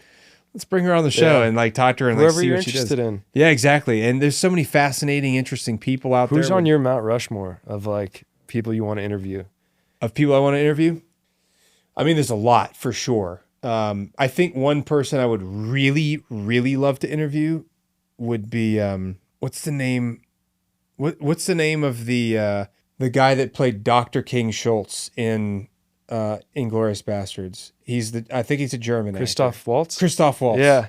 Oh my God, dude. I watched an interview with him not too long ago, and I did too. People were talking about, his character, and they're like, you play somebody so evil so well. Like, what was your, how did you go to that dark place? Where did you pull from? And he goes, no. they don't think they're evil. They think they're doing good. Nobody thinks they're evil. Yeah. They think they're doing the right thing. Yeah. And it was so like mind-blowingly brilliant and simple. It's like, of course, everybody in history always thinks they're on the right side of whatever it is they're fighting for, because that's the story you have to tell yourself in order to do what you have to do. Yeah. Right. And so for him, he's like, on a human character level, this guy doesn't think he's evil. He thinks he's doing the right thing. He's the good guy, and these are the bad guys. There was no, dark place he had to go to. I think I might have mixed it up because he played Dr. King Schultz in Django. I might have said Inglourious Bastards. You did. Did I say Inglourious Bastards? I knew it. I was like, we'll bro, I jacked that up. I apologize. You let me go on this tangent. I'm sorry. But yeah, you knew what I was talking about. He played the Nazi that's like they're under the floorboards, aren't they? Yeah. And then on top of that, he was in Django, and then he was in the Green Hornet. And he's a bunch brilliant, of man. And then the Hateful Eight. Wait, not the Hateful Eight. He was in another Western movie, I feel like. I don't remember. But yeah. I mean, like his thought process is amazing. He's just brilliant, and I love his voice too. I do too. It's very soothing. Yeah, very. I don't know. But he's never saying anything that's like pretty and sweet. It's always very like dark and grotesque. Yeah, the way he says it, it's or like, visceral. Yeah. Or descriptive. It's like, but he's just very comforting to listen to. I don't know. He'd be an interesting guest for sure. Yeah. I think there's plenty of others too. I mean, I could list off a million people that I've always thought were just amazing. Like, there's some like somebody that's not an actor. Let's see who would that be? Like, I mean, there's a ton of folks that I would love to talk to that were like, if they were involved in like building the atom bomb, somebody that was involved with the Manhattan Project would be cool. Somebody that was maybe involved in the first Apollo missions, that would be cool. Like there's so many unbelievably interesting people that are out there. I heard there's another space mission coming up pretty soon. Have you looked into that at all? I've seen some stuff. I know that we have a new person that's been nominated, he's either been nominated or confirmed to be the director of NASA now, but I can't remember if he's already been confirmed. I know that the person was named. I know he's been on Sean Ryan's show. I can't remember exactly what his name was, but apparently the guy's like he's like a multi-billionaire. He invented a whole bunch of crazy stuff. He's like a super smart dude. He owns a bunch of his own like Russian fighter jets that are his own personal jets. He's his own like Air Force. He's got like his like a bunch of his own fighter jets apparently, because the dude made a killing. It's like another Elon Musk, man. Yeah, he did something like I think it had to do with like crypto or something similar to PayPal. I might be wrong, but anyway, he's a big time entrepreneur, and he's been very successful. I'd interview him too if he was interested, but I think there's a lot of really interesting folks out there doing a lot of things. I know. Do you know who? You ever seen the movie Starship Troopers? I don't think so. No. No. I know of it, but I don't know if I've seen it. So there's a guy. It's a pretty famous 1990s cult classic film. It's like a science fiction film. Came out, I think it was in the early 90s. I was like in middle school, elementary school, and I recently came in contact with one of the actors. I don't want to ruin it, but I'm trying to interview him when I get a chance. He was in that film at one point, because nicest guy ever, salty the earth. I mean, there's a lot of good people out there. Yeah, absolutely. And I like connecting with people, and I want to do a lot more of this. This is why I'm like leaning so heavy into this stuff, because there's so many cool people to talk to out there. When you got started with podcasting, what were some of the like big hurdles you had to jump through to get it off the ground? Getting the infrastructure built. Yeah, getting all the pages built, making sure they were all legacy verified so people couldn't hack them, or people couldn't like impersonate them, or so people would know which ones were the official one for me. Getting all the infrastructure built was very hard. That was a difficult thing. It took a lot of work and investing of time, and took a lot of investing in myself again. And then the next big step was, how are you going to film these? Where are you going to film them? How are you going to set aside a budget to pay for a podcast studio? Are you going to find a place and like make your own studio and pay somebody to stay there and fly everyone in? Or are you going to just like bounce from place to place and find places you can rent and just stay consistent? And I realized, for me, it is much easier for me to travel around and just book tons of podcasts at different places in the local areas that I can come to people, because then I can get more of them done. And also I can meet people where they're at, rather than like, it's a harder pill to swallow for people to want to like fly out to you to come on your small podcast that nobody's heard about than it is. It also feels very daunting as well. It is because like, man, like why would they want to come on your podcast? Like you have what, 1,500 subscribers, and it's like, well, everybody starts somewhere. So the best way for me to do it, I think in the near term, the short term, is to come to people. I'll come to them. That's fine. I'm very expeditionary in nature anyway. You know what I mean? I'm used to that kind of lifestyle. So like if I gotta, if it makes it easier for other people, plus at the end of the day, like it helps everybody because you can tag everybody and all their stuff. It's just an extra piece of content. It's like free advertising for anybody that you interview, so it ends up working out, I think, in the long run. But I think the expeditionary nature of bouncing from place to place and just filming locally. Also keeps it fun too. It's fun because it's a different studio everywhere, and you never know where you're going to end up. You might be in I've been in podcast studios in Grand Rapids, Michigan, Boise, Idaho. That's awesome. Denver, Colorado. We set up a podcast in the middle of nowhere at this Airbnb that I rented in Colorado. I still haven't posted that podcast yet, but I'm really looking forward to it because it's going to be a good one. I had one of the original members of Delta Force. No way. Yeah. I haven't. By the time this comes out, it'll already be posted. Okay, and people will know. But it's crazy. Is it Dale Comstock? No, it's even before him, like the OGs. Yeah, this dude joined. I think it was like 1970. That's insane. 71, if I'm not mistaken. But probably wasn't even called that back then. I mean, maybe it was, but it's like in the infancy stages of it. Yeah, it was very much in an infancy. It was like just starting out.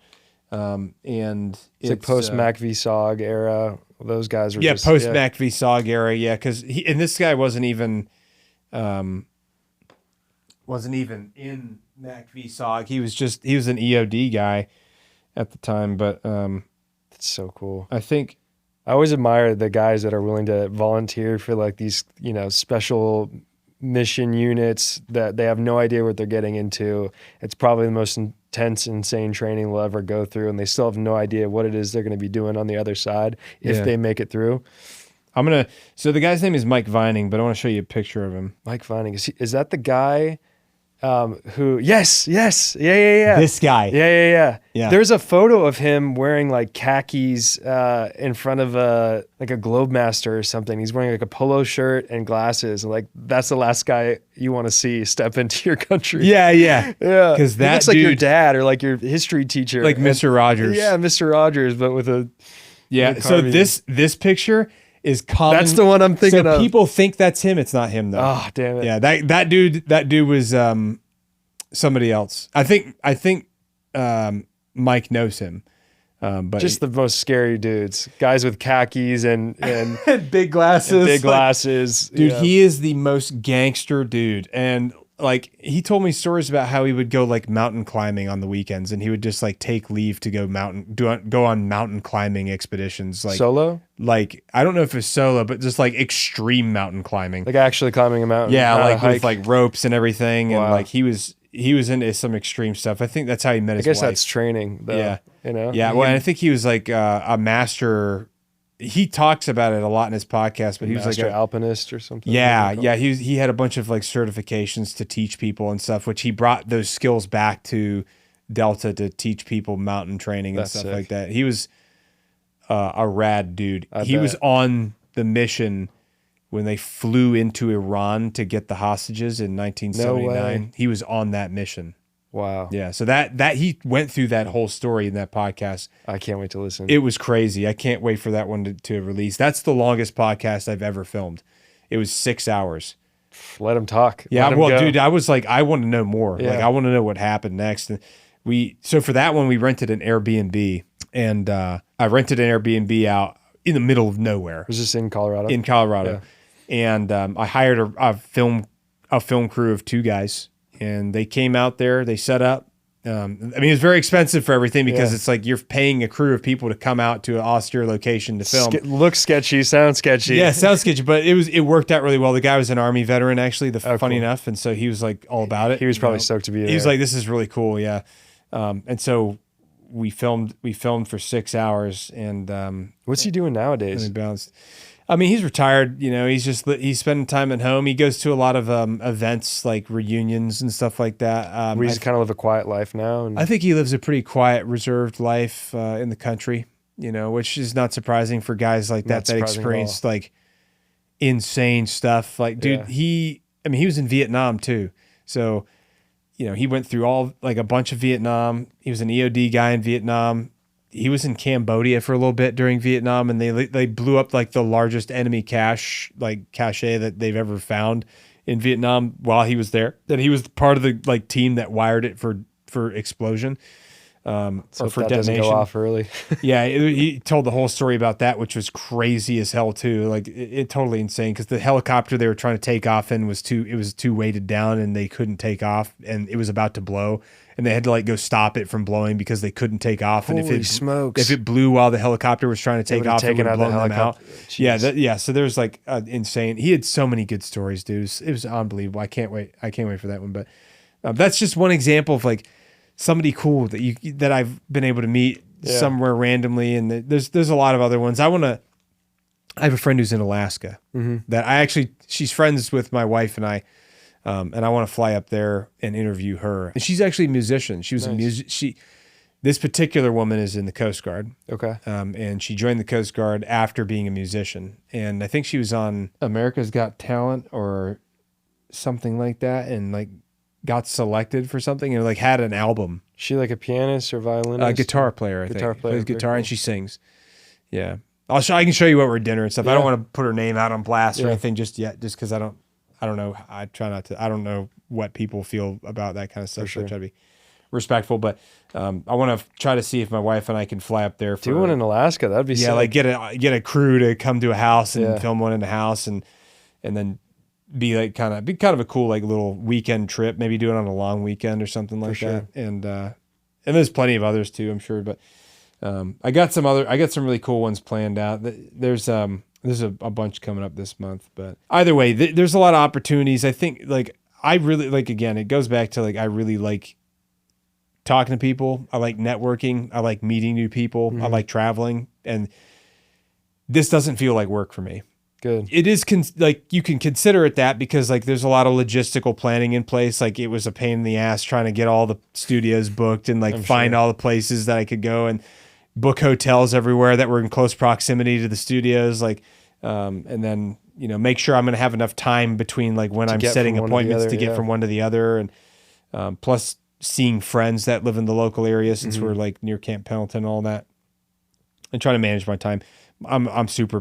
I'm chronically late for things. I don't know if that's on purpose or just because I try to put too much stuff into a small period of time. You probably try to squeeze too much in. I try to squeeze too much in, and I'm really bad about that because when I go out of town, it's hard for me to leave town, so I want to be as productive as possible, and so I probably overplan stuff. But either way, I enjoy it. There's a lot of real cool stuff that's happened so far, and I think there's going to be a lot more cool stuff that happens down the road. And how much are you allowed to talk about what you were here for?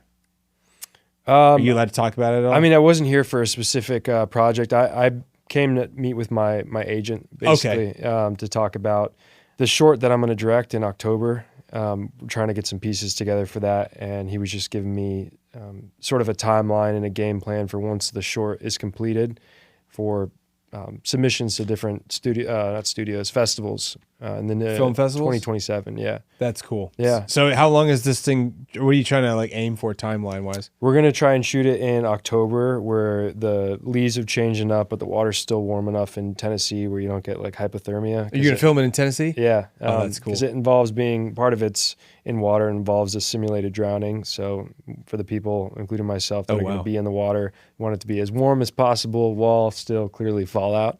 Yeah. So it's just going over a game plan for once it's completed and it's got all the deliverables ready and you submit it to different film festivals, which one to submit it to at which time, what their, deadline end dates are and all that stuff. So that, and then just a couple other general meetings, and then seeing some friends, man, that I haven't seen in a bit. Yeah, I moved from California in 2021 to Miami. I lived out there for a couple years. Oh, Miami. Just moved to Nashville 2 years ago. What brought you to Miami? Eat, pray, love, man. Eat, pray, love? I was having my college experience. I never got my college experience. So I went and had some fun.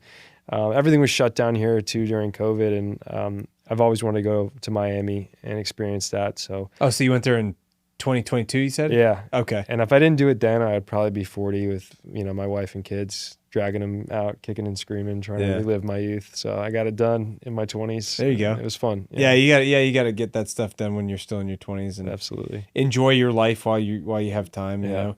I mean, what 2022, that's only 4 years ago. Mm-hmm. So how long? Or maybe it was 2020 I left. It was the beginning of COVID. It must have been 2020. Yeah, 2020. So that was like the peak. So you left when everything got really weird here, and then went to Florida where things were relatively normal. It's like it didn't exist. Yeah, it was like it didn't exist, and you were just able to kind of be a human, have that human experience. Yeah, that's cool. And then so you were there for how many years? 2.5, 3 years. Okay. And then moved to Nashville. What brought you to Nashville? Funny enough, my older sister had lived there for about 5 years at that point. She's in the music world. She's in like music management. And every time me and my little sister had gone to visit, we had the best time. And so we started to develop a crew out there. And Lexi wasn't having the best time in San Francisco just because the crime up there got pretty gnarly. And did it really? She's a special needs teacher, and so she would be going in and out of the city by herself, and just some stuff happened that was not so great. And me being her brother, didn't feel comfortable her living there by herself. Sorry to hear that. Try to get her to, no, it's all right. Try to get her to move to Miami, but she's like, absolutely not. It's not my speed, which I totally get. Yeah. But I was like, what about Nashville?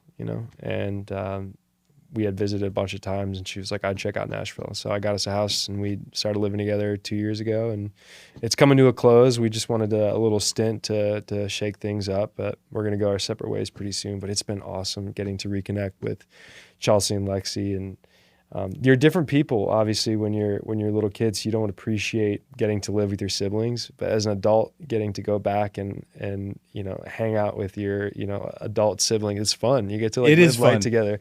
I mean, how are the holidays? Awesome, dude. Yeah. We get, Christmas tree shopping. Their girls are always cooking. There's constant, murder documentaries playing on the TV, country music blasting, and people are trying to get work done.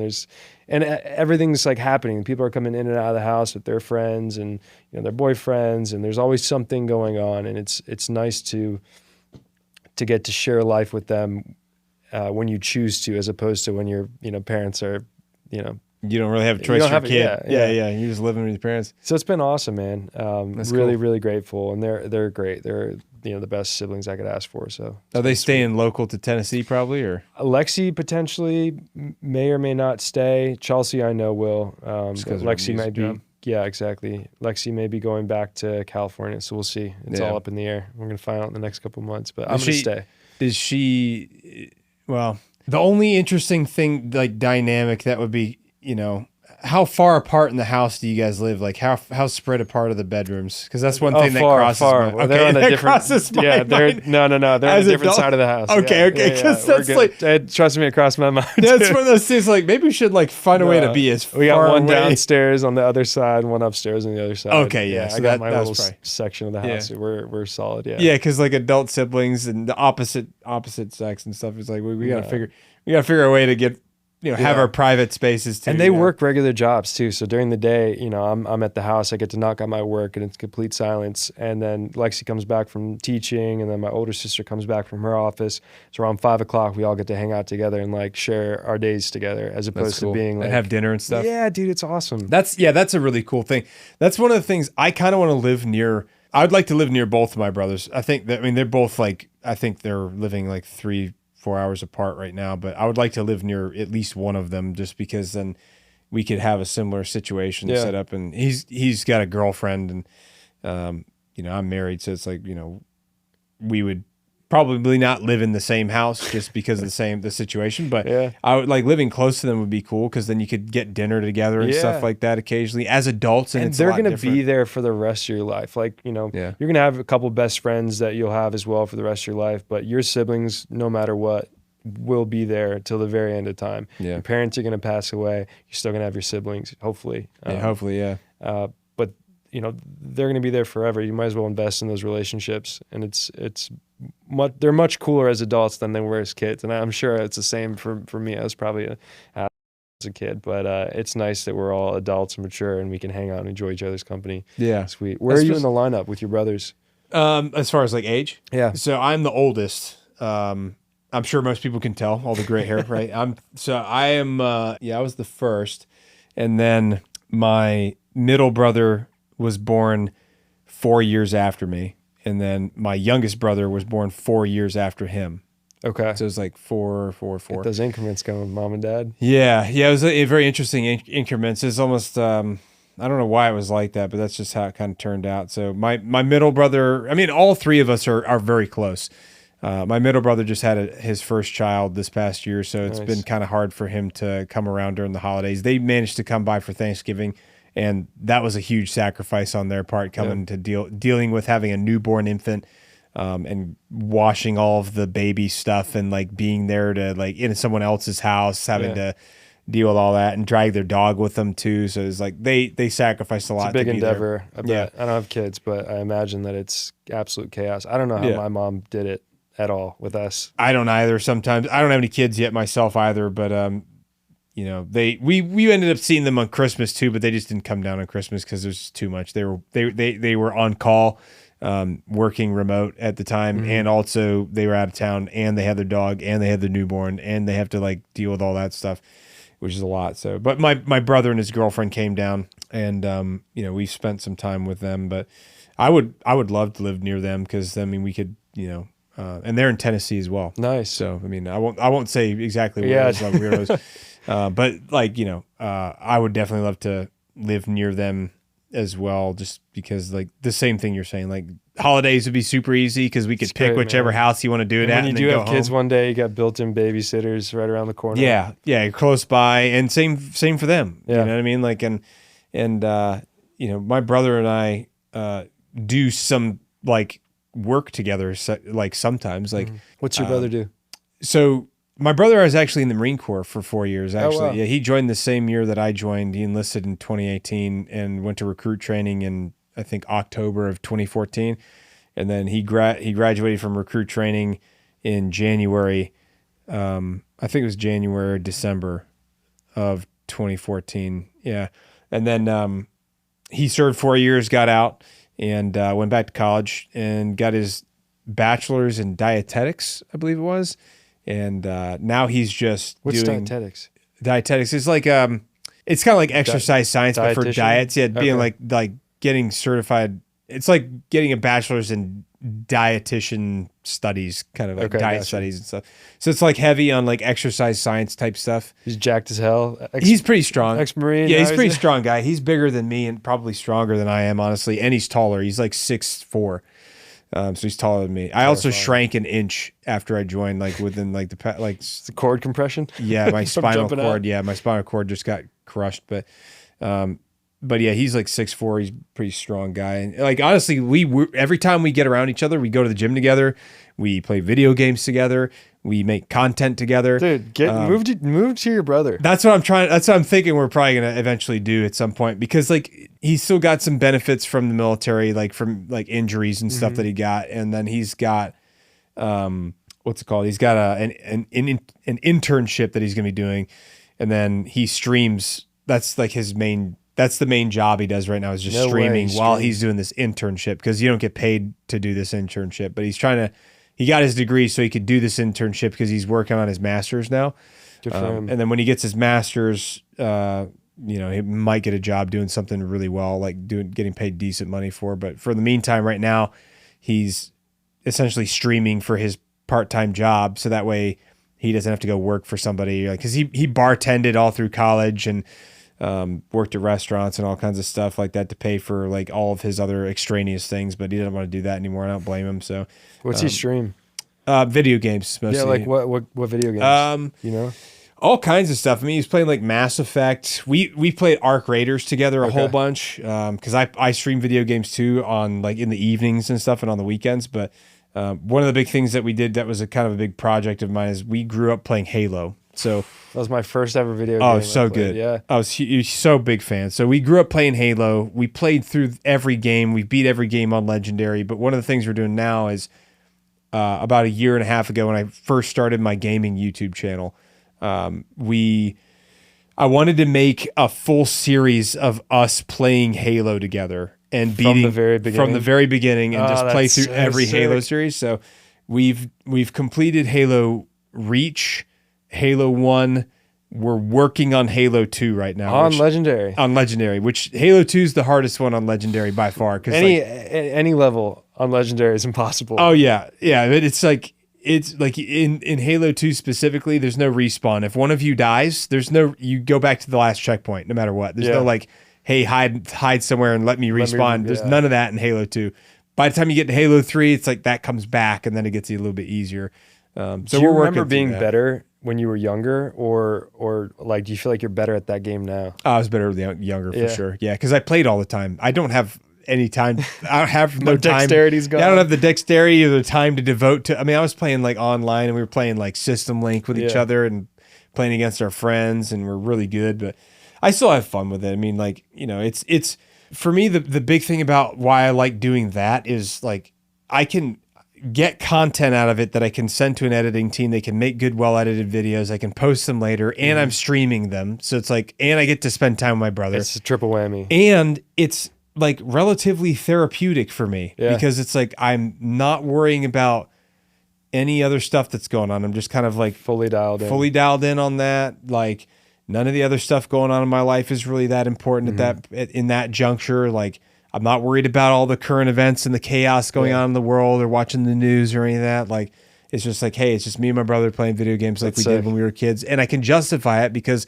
I'm using it for I could say it's business. It's for your channel. Yeah. So it's like, that's another thing I enjoy too. So like, I like doing that. That's something I'm kind of be leaning more into in the next year. And then obviously, doing a lot more podcasting, hopefully. And, you know, if I can spend more time with my brother, I will. And my brothers, you know, obviously it's harder for my middle because he's got a new kid and stuff like that. But, you know, we're all still pretty close. We talk to each other on a pretty regular basis. Nice.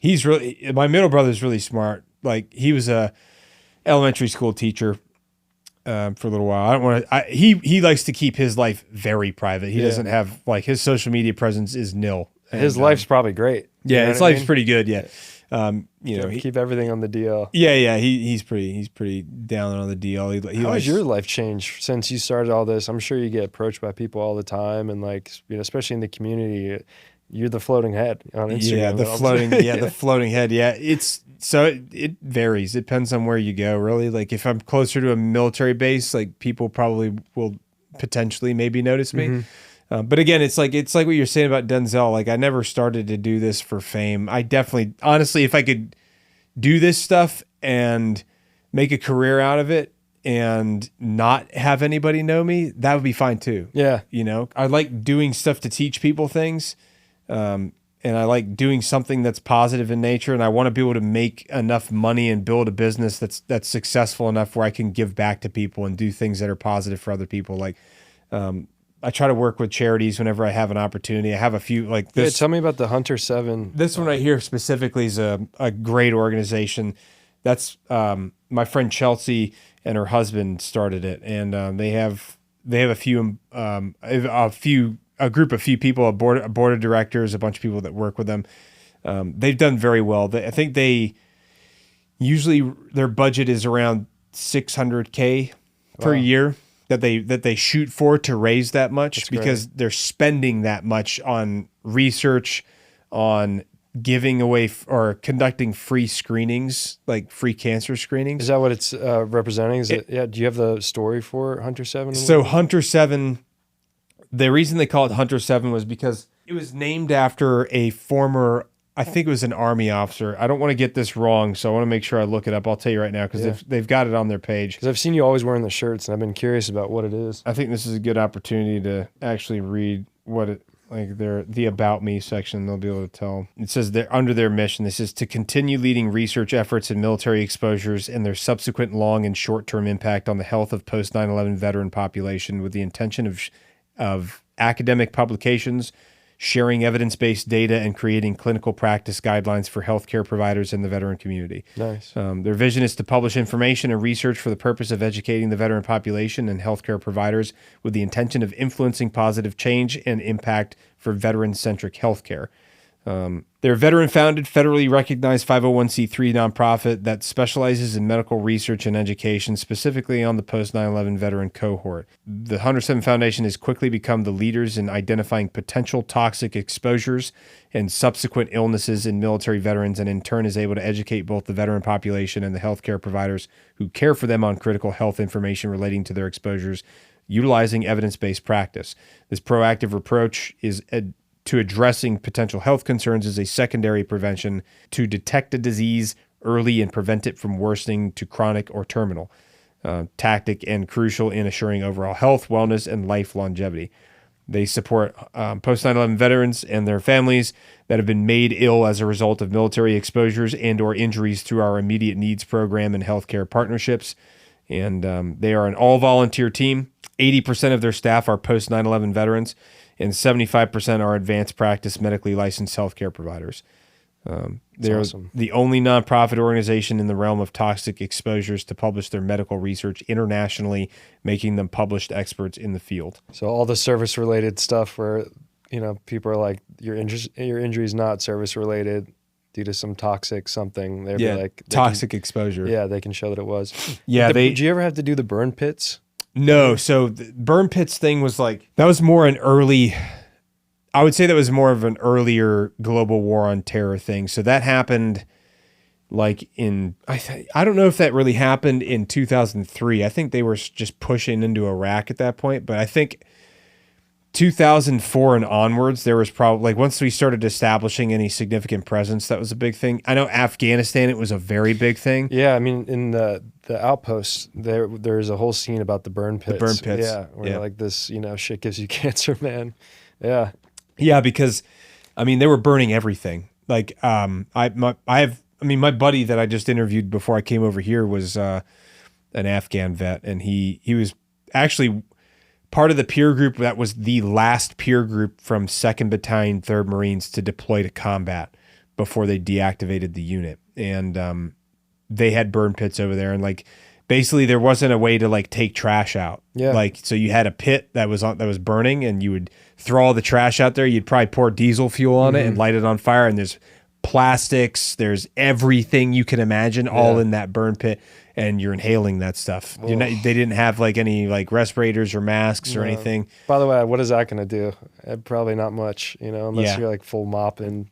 Yeah, I mean, unless you have like a gas mask that's like an actual with cans on it, and even that might not block out everything, because I don't know what all particulates were in there, and I don't think anybody else did. You might be burning printer toner, you might be burning like all kinds of stuff. Yeah, you never know what it is. So I was fortunate; I never interacted with burn pits. Like the closest I got to any of that, there was only one burn pit in Syria that I knew of, and it wasn't at any of the bases I went to, because they've since like stopped doing that. They found other ways to get rid of trash. Bury it. Yeah, well, or they have like local trash. They have local landfills that they like work with this. They work with the locals to have it taken to. So that's kind of like the way they've ended up doing it, but. I will say the one thing that I remember from being in when I was in Iraq in 2023 was the air quality. Like, you could look at or Syria too. Like, you look at the air quality on your phone, and it would always consistently say poor. Because like, for example, like in northeastern Syria, there's all these like landfills that they're just burning all the trash. So it's basically like a burn pit, and it's just landfills all over the place that are just on fire. And then there's, on top of that, there's also like oil. They're drilling for oil all over the place because it's near the Al Jazeera oil fields, and so like there's tons of like crude oil being pumped out of the ground, and like there's a lot of big like heavy billowing smokestacks all over the place up there, and it's like really there's no OSHA You know, you're in northeastern Syria. Like OSHA, no, there's no OSHA. Like there's no nothing. So you're just like inhaling really poor air. Like if you lived up there for a long time, I don't know how you're not going to catch some kind of like chronic illness. But you know, I never had to do the burn pit stuff. I was very fortunate. Just luck of the draw, luck of the cards. You know, but a lot of my friends did. You know, especially my buddies that were in Afghanistan, because that's what they did. Because you didn't have to get rid of the trash. Yeah, you had to get rid of it, and you didn't have a local landfill that you could have locals take it to, and or you maybe couldn't have locals come on to the outpost because you couldn't trust people to come do that. You know, because there's like insider threat stuff going on and all that stuff too. But yeah, either way, they do a good job. They do a lot. I mean, they do an awful lot, man. They're traveling all over the country all the time, doing work with people. They're testing. They're conducting free cancer tests, like blood tests on people all over the country all the time. Like for example, I think they just got back from Alaska. They tested a crap ton of dudes up there in Alaska for free. Nice. Just free cancer screening. They tested me and my wife at SHOT Show last year. Nice. So we got like a free cancer screening. Awesome. Which is really Clear? cool. Yeah, we were clear. Okay, Yeah, we were good. Yeah, yeah, we were good. Yeah, it was kind of spooky for a little bit because waiting on the results. Waiting on the results. Oh God! But it was cool, you know. But so they're just good people. They're on it. They're great people. There's a lot of organizations out there that do a lot of really good things for vets. That you know, people can always find them out there. You know, they're all over the internet. There's a lot of big companies sponsoring these organizations because they're trying to help. You know, trying to help them out and get them some money, and big donors leads to big contributions from them. And they, I mean, they don't really like take money from, they all have jobs. Yeah. Like she's a nurse. The founders are like a nurse. That's what she does on the side. Yeah, that's what she actually does. But her amazing. side is just the nonprofit thing. So, and they mostly just do that because they want to help people, yep. You know, and they had experiences themselves. And, you know, so there's a lot of good folks out there in the veteran community. There's a guy that I think his name's Marcus Capone. He does stuff with Ibogaine, trying to get it legalized for guys struggling with, you know, PTS. And, I thought that was really cool. And I watched CTE and all that. Yeah, I watched a documentary that he just had come out on Netflix called "In Waves and War," and it was really, really insightful. There's a lot of, you know, veterans I think that get out and know that there's more to be done, and so they just hop into the other side of things. I think it's really cool. Yeah. If you weren't doing this right now, where do you think you'd be? If you weren't in the entertainment space and the educational space and podcasting, do you think you'd stay in the military, or do you think you'd try something completely different? I think that if I wasn't doing any type of media stuff, I would probably just go all in on the military until I retired. Mm-hmm. And then after that, I'd probably just like buy a whole bunch of land and like farm or something. Montana somewhere. Well, no, I'd probably want to live in like North Carolina or Tennessee. Nice. Yeah. But Montana's a great state. Got a lot of friends up there. They all love it up there. I mean, there's like land is pretty cheap in Montana because it gets really cold. And there's not a lot of big cities and there's not a lot of stuff. Yeah. But it's a beautiful part of the country. Mm-hmm. Beautiful. And I mean, hell, I wouldn't mind having some land out there at some point. Maybe just cabin out there. Yeah, just have a cabin out there, go on vacation, get the hell away from everything for a little bit. I wouldn't be against that at all. But I think Tennessee is probably going to be more than likely where I end up, just because it's, you know, it's conducive for like, you know, a family as well. LA is great, Miami's great, but they're much more fast paced and kind of crazy. But if you want to settle down, have a family, have a little bit more of a quiet life, and still, you know, go out on the weekends if you want to, it's all right there. Yeah. You know, it's much more wholesome, I think. Yeah, and I just like their gun laws, and also they don't tax your pension from the military if you retire. Really? Yeah, my wife's about to retire here in like 2 years, so it'd be good for her. It'd be less money the government's taking from her to do that, so that'd be nice. And then they're, again, like I said, they got good gun laws. I got a lot of friends up there. I got family Sean up there. Ryan lives up there. He's been up there for a while. Yeah, he's been up there. Got a lot of friends in Nashville. Got friends in Gatlinburg, Knoxville, Sevierville. Got friends, I mean, literally all over the whole damn state. And there's a lot to do there. I mean, you know, you got mountains there, you know. Mm-hmm. There's a lot of lakes, a lot of rivers, you know. It's relatively inexpensive. It's not as expensive as some other places. The taxes are really good there. 0% state income tax. Yeah, 0% state income. That's, I mean, dude, I'm sold, you know. CCW reciprocity, and I think they let you, I mean, I'm pretty sure you can just carry now. I think you just got constitutional carry out there probably. And I could just take all my guns with me there and I wouldn't have to worry about like doing anything weird. Becoming a felon. Yeah, becoming a felon just from moving my guns from one state to another state. Yeah. So, we're thinking about that state a lot. We'll see how things turn out. I don't know for sure. I mean, you know, you never know. But Texas is good too, but I just don't want to live that far away from family. I got a lot of friends in Texas, a lot of friends in San Antonio and Austin, you know, and all those places. And I like Texas. I think it's a great state. They got good gun laws too, but I think I like the Appalachian Mountains and you know, I just really like the Appalachian Mountains. There's something about that that feels home for me. In Tennessee, especially like in Nashville, I'm sure all over Tennessee, but you get 4 seasons. Yeah. You know, when I lived in California, I missed the snow days I had in Virginia growing up as a kid. I really did. And, you know, fall is a lot different in Los Angeles than it is in Nashville. You know, the leaves changing. And I love that. You know, I love that you get a little variety throughout the year and something to look forward to. And we get 3 weeks of snow, which is totally doable and easy. And it's fun when you see everybody out and about at, you know, downtown sledding with their kids. You're like, oh, it feels like a little community. Yeah. Out here, everyone's kind of stuck in their bubbles when they're going to and from their job, to and from their house, to and from work. There's not a lot of interaction anymore unless it's, you know, out on the sidewalk, you know, when you're out shopping or going to a restaurant. This in Nashville feels very much like community. Well, one of the things that Joe Rogan says about LA and California in general, but specifically LA, is there's a lot of transactional relationships here instead of like actual organic friendships. Yeah.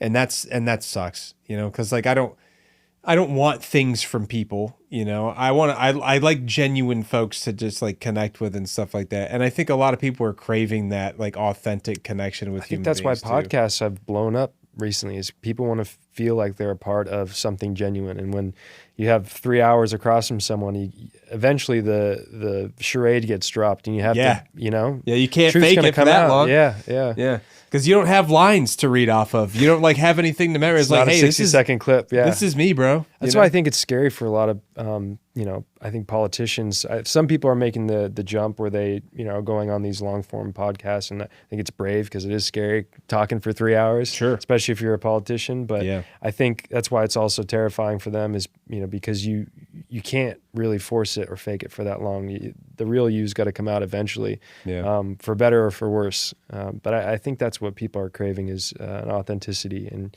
you can't get that in a 60-second clip. No, where you're, you know, chatting about something that's been, you know, pre-chosen for you to talk about. Yeah, exactly. And also with the onset of like where AI is right now, there's so much AI slop out there. Have you gotten tricked yet on any like any videos or anything where you've accidentally, you know, put out information or about to, and you're like, wait, I don't know if this is accurate? Yes, that's been AI. I've stopped. I've caught myself. I've seen videos where I'm like, this happened, and then I started doing research to see if it did, and I like, you know, related to a real event, but like a fake AI video. Yes. Yeah. And I usually run, like, if I think it's AI, I'll run it through other AI platforms to be like, there's a way you can test to see. Yes, scan this and see if this was made by AI, and they can usually, like, other AI platforms can typically detect it through whether it's like artifacts within the video itself. They can usually tell if it's like there's other like history the of writing on someone's shirt, and if it's all like, you know, looks like wingdings. Yeah, probably not. If it looks like wingdings, yeah, exactly. Yeah, that's a good telltale sign. But there's always like it's getting harder and harder, and eventually it would get me. If I had your job, I would be putting out fake shit all the time. Dude. I'd be like, they got me. Sorry, guys. Yeah, you got me. Sorry, guys. I'm trying. I'm trying to have a level of discernment and discretion. Things move so fast as well. So you want to be up to date and quick about the information. Yeah. But so are the people that are like, you know, putting out the AI slop or whatever you called it. Like it's I don't know. It's a catch-22 because you want to be first, but you also want to be right, or you want to be quick, but you also want to be accurate. Yeah. Yeah. You know who else does a great job of that? You know Ed Calderon?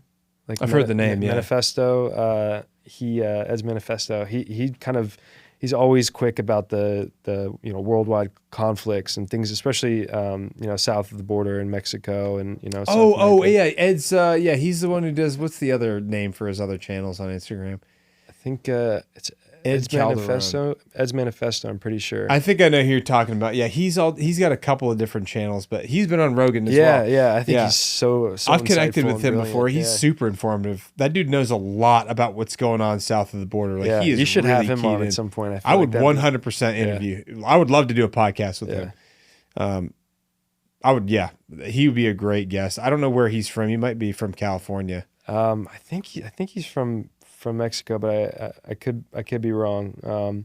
Maybe. But I don't even have Twitter or X anymore, just because there's too much chaos going on in the world. I don't want to feed more into it in my brain. But if I go on Instagram, I can usually tell what's going on in the world based on his Instagram or your Instagram. Yeah. I go to you guys for my news. I'm like, oh, everything's falling apart again. Yeah, everything's falling apart again. Because I used to be so on X and Twitter constantly, but it's addictive. You're like, what is going on now? And it's always the darkest stuff in the world. It's heartbreaking, but it's you can't look away. It's like a car crash. Yeah. And so I just had to take myself off it completely. But I don't blame you. That's one of my things. I have to become more disciplined you have to do. protect yourself as well. You have to protect your brain. And you're right, 100%, man. It's not good for you to just soak your brain in that stuff all day long. I don't think we're ever meant to see the terrors of the world at a click of a button.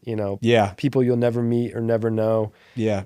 Things happening in Nigeria, Uganda, the Congo, Somalia, Yemen, all this stuff, chaos happening. There's Iran's on the verge of a revolution. There's people being murdered every day. And you're in Milwaukee and you're just trying to get to your job at 7-Eleven and you're not meant to know all this, I don't think. It's great to be able to pray for people you don't know and stay on the up and up in that. But at a certain point, it's soul destroying. I've really felt in the last 6 months the negative side effects of being too in the know. Yeah. I just had to kind of clean my hands with it. And by the way, if something big enough happens, somebody will tell me. Yeah. Somebody's going to probably tell you, be like, hey, dude, that's what happened when Maduro got taken.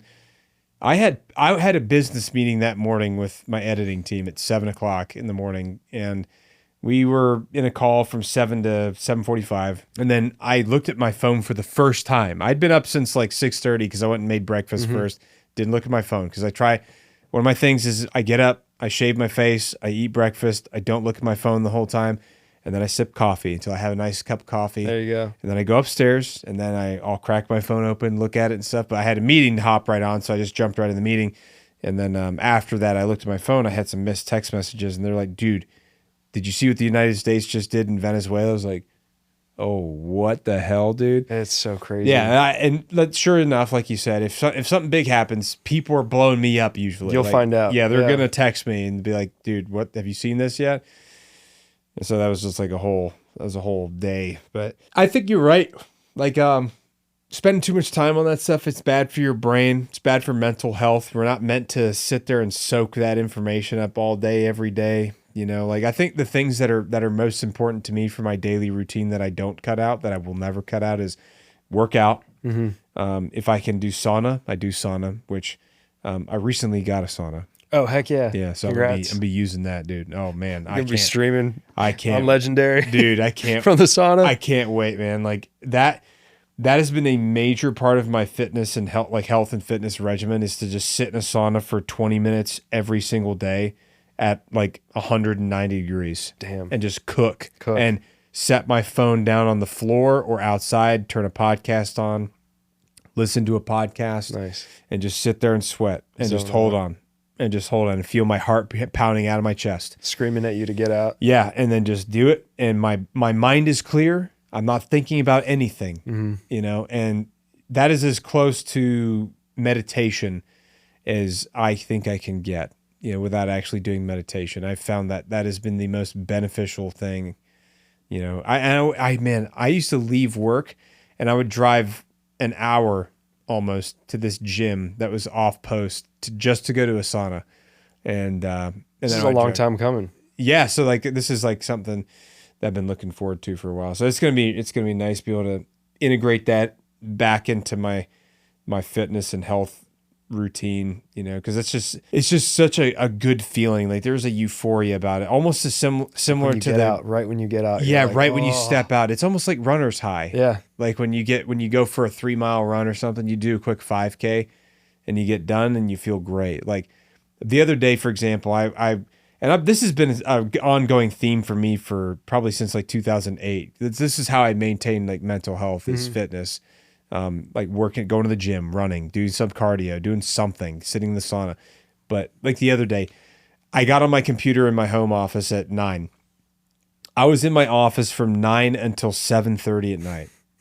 I left a couple times to like go to use the bathroom, get some food, go right back to it.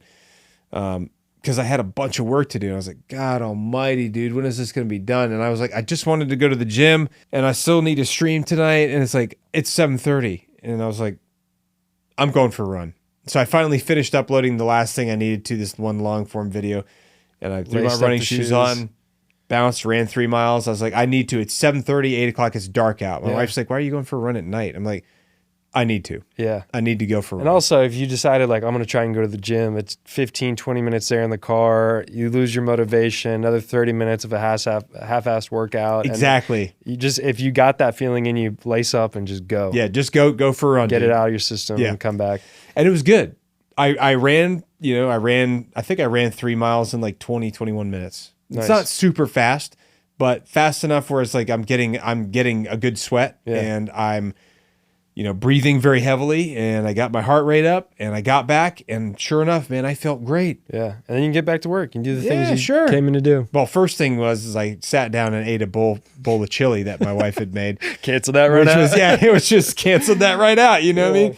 But it was good. I mean, it's like some ground beef in there. It was like homemade chili, and I was like, let's get something to eat, take a shower, and then we'll stream. And so that and it's funny how quickly it brought my mindset back to where it like recentered it, because I need to do that. I have to get centered, and I have a infinitely different perspective and outlook upon life if I've worked out that day compared to days where I don't get to go to the gym. You can check it off the box. You're like, I did something that is beneficial to me right now and beneficial to me in the future. Yeah. And I don't have to do it later. That's the best part. Yeah. You did it for the day. You feel good. Yeah. You look good. There's all these ancillary benefits from it. Yeah, man. That's like everything to me. So that's a non-negotiable, Now, obviously when I'm traveling out of town like this, it's hard to. Tomorrow morning, I'm going to go to the gym because I'm not doing anything until about noon tomorrow. And I'm only going to be doing some stuff with one guy tomorrow. We should be hopefully doing a podcast and go and shoot some guns. Nice. Which should be really cool. Yeah. But so I'll have the whole morning to go to the gym, eat breakfast, get set up and make some clips for the day, drop those, set up my meta glasses because I just got some meta glasses. Okay. Haven't used them. To record for like what, when you go to the range? Or for vlogging, but to the range for sure. That'll be fun. That's really why I got them, was for shooting content at the range, because you could throw them on and it's like a first person view that's sick. Of your hands in front of you and stuff.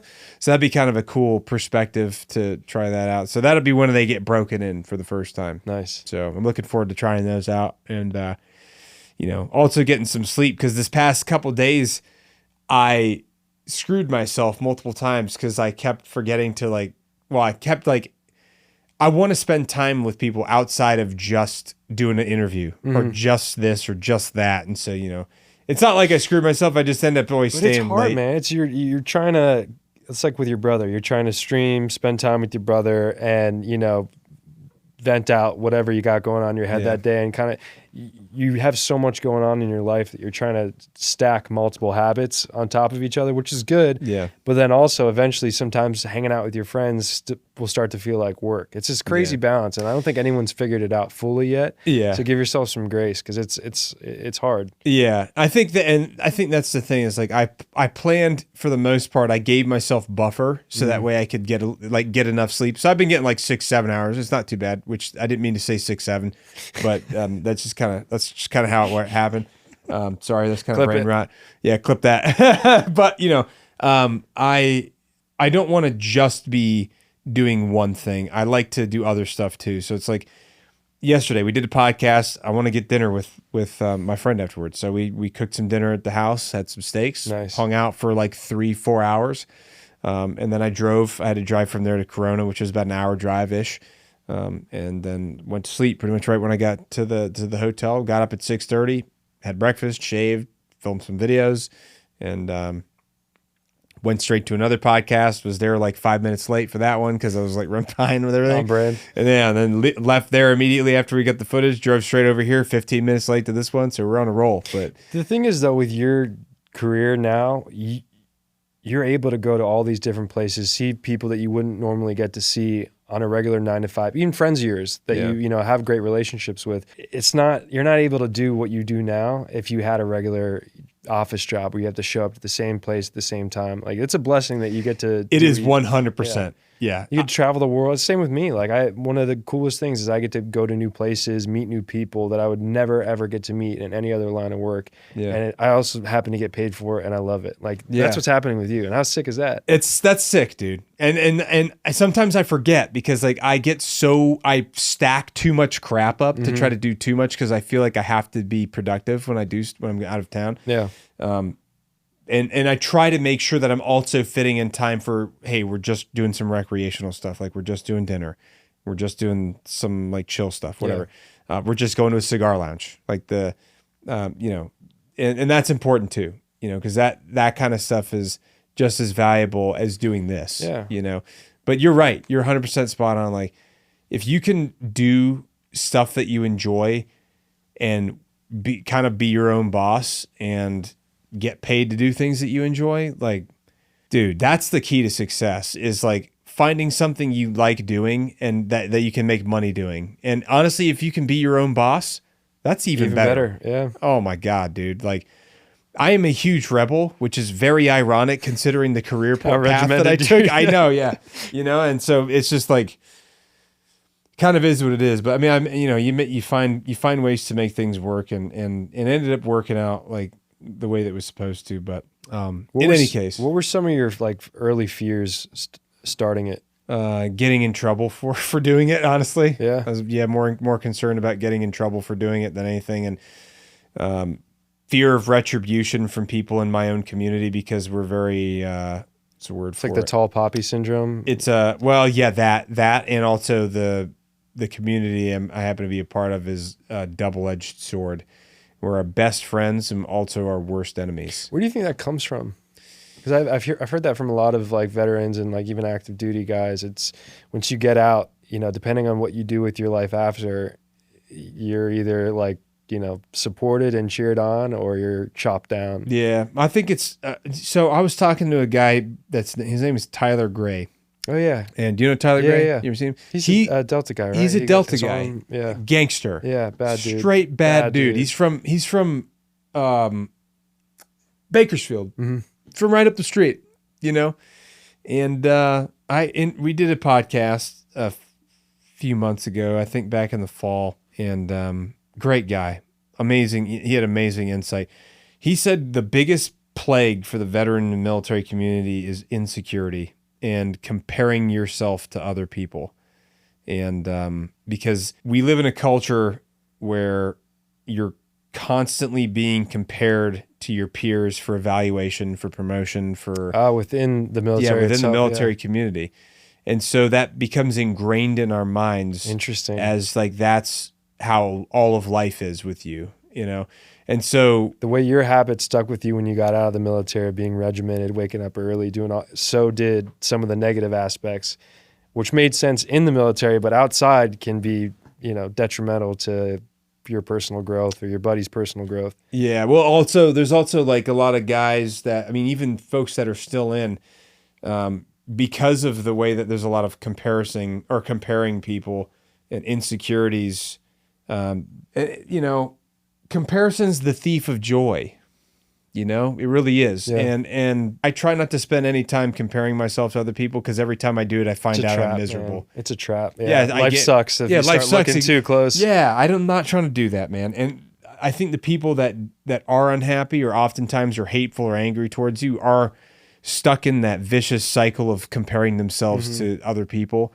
And maybe they have some sort of sense of inadequacy. We all do. If you really dig down deep enough, we all feel like we're not where we're supposed to be. And I think a big reason why nowadays is social media. And another reason why I'm trying to take a step back from that as much as possible is because you're constantly seeing everybody's finished product in front of you. Everybody's, everybody's final cut, and all you know is you're behind the scenes. Your screw ups, your mess ups, you're falling short, and in your head you're going, you didn't quite hit the mark. You're not there yet. You're not where you should be. You're behind the 8 ball. Like all these, internal dialogues that are telling you you're not enough. It's so human. Yeah. It's so normal, but it's exacerbated with social media. And I'm sure the few people that make it out of the military and do something big, whether that's, podcasting or getting into films or writing books or, going into politics, that those people are even more scrutinized or looked at under a microscope from everybody else. But it's a very human thing to think poorly of yourself when the world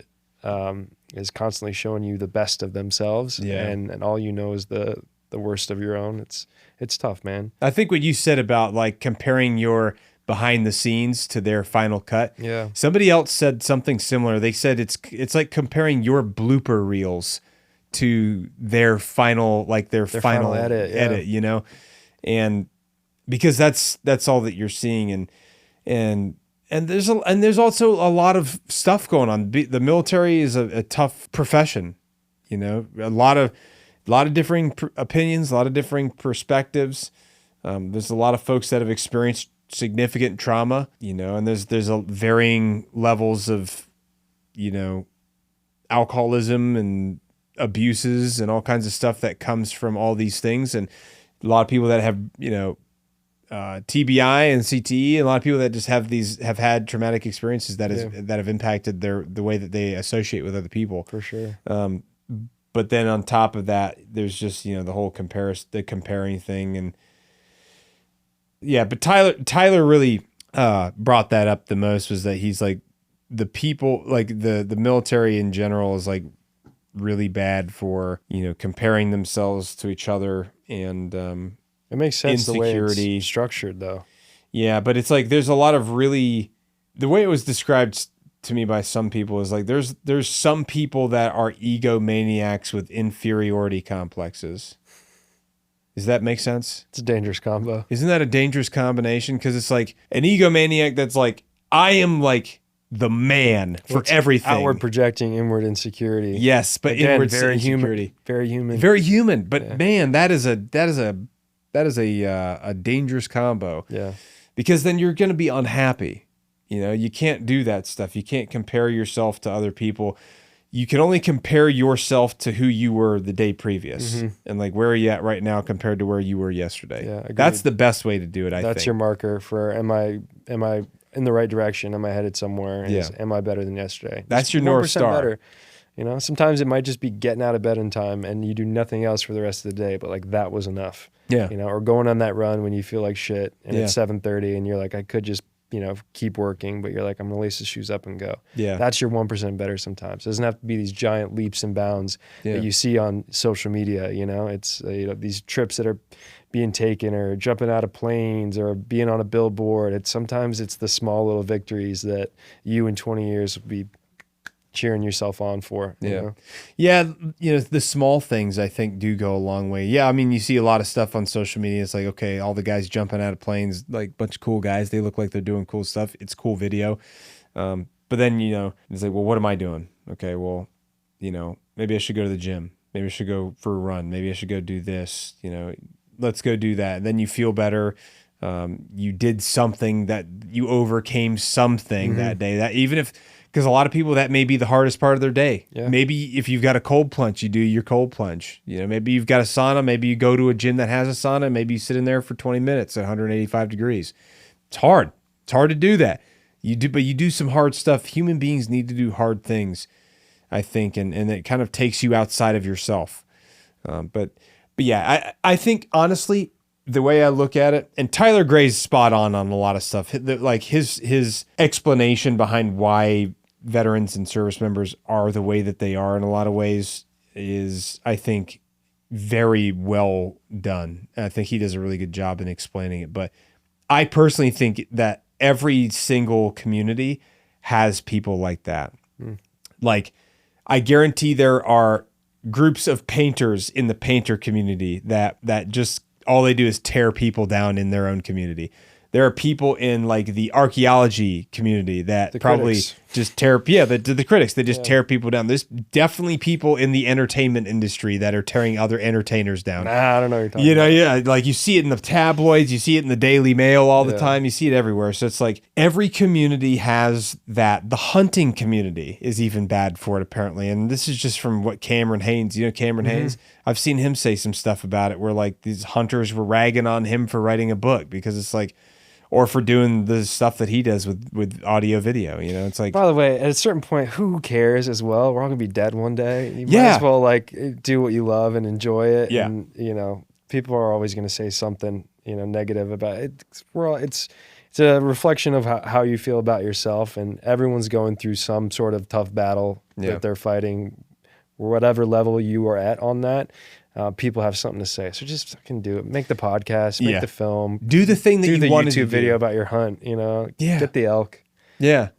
I agree, man. Life is short. And eventually we're gonna be gone. And like we were saying, like your mother was telling you, like you're gonna regret this one day for the rest of your life if you don't do this. You're going to resent me and resent you never, giving it a shot if you just do it. The worst that can happen is you fall flat on your face and hey, this wasn't for me.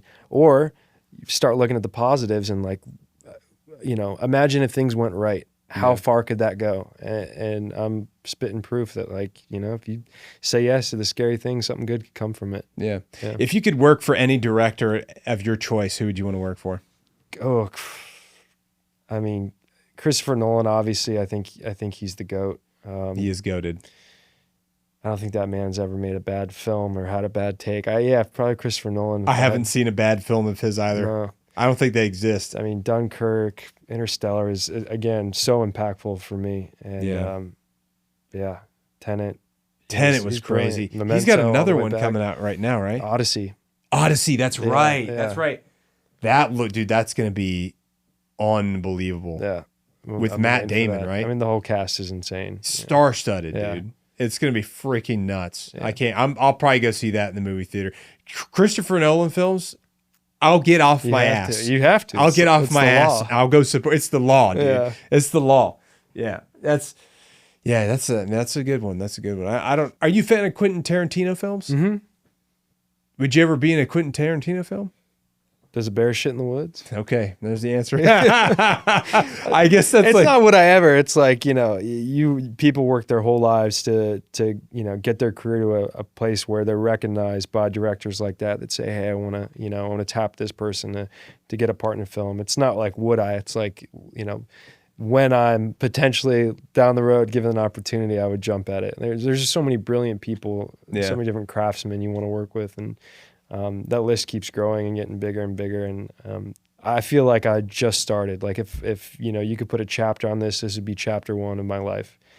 My manager for the longest time told me being a movie star is called surviving your 20s. Surviving your 20s? Yeah, why did they say that? I don't know. Just it takes a certain kind of person to push through all that denial, all that adversity, to make good enough choices where you have some say in where your career is going, as opposed to just taking whatever's thrown at you. It's a tough thing to go through, but I feel like once you hit your 30s, you kind of start to hit a stride of knowing who you are, what you have to offer the world, and you have a body of work behind that says, this actor is heading in the right direction to the other people in the industry. Yeah. And I just turned 30 in May, so I'm like, game on. Let's see what the next 10 years look like. Have you ever met Chris Pratt? No, but I love Chris Pratt. I think he's awesome. Chris Pratt's a really good dude. Yeah. Yeah. You spent some time with him? I've never met him before.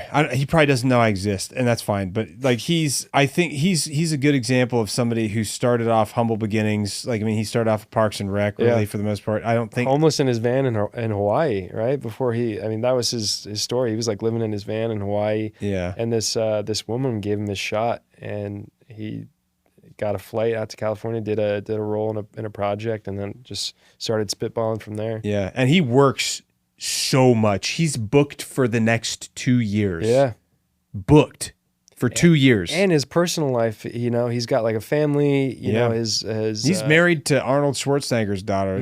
Yeah. Isn't that wild? But like he's good balance of like his own personal life and work, you know, he's consistently putting out great stuff, and he seems like he's got a good head on his shoulders and he enjoys his life. It's not this, you know, Hollywood tabloid, you know, thing that's going on. He's got a good handle on it. He's doing it right, man. Yeah, it's like with Denzel, you know, that's what you want. You want to be able to make your art, but also enjoy your life and have the two not, you know, be at odds with each other. Yeah.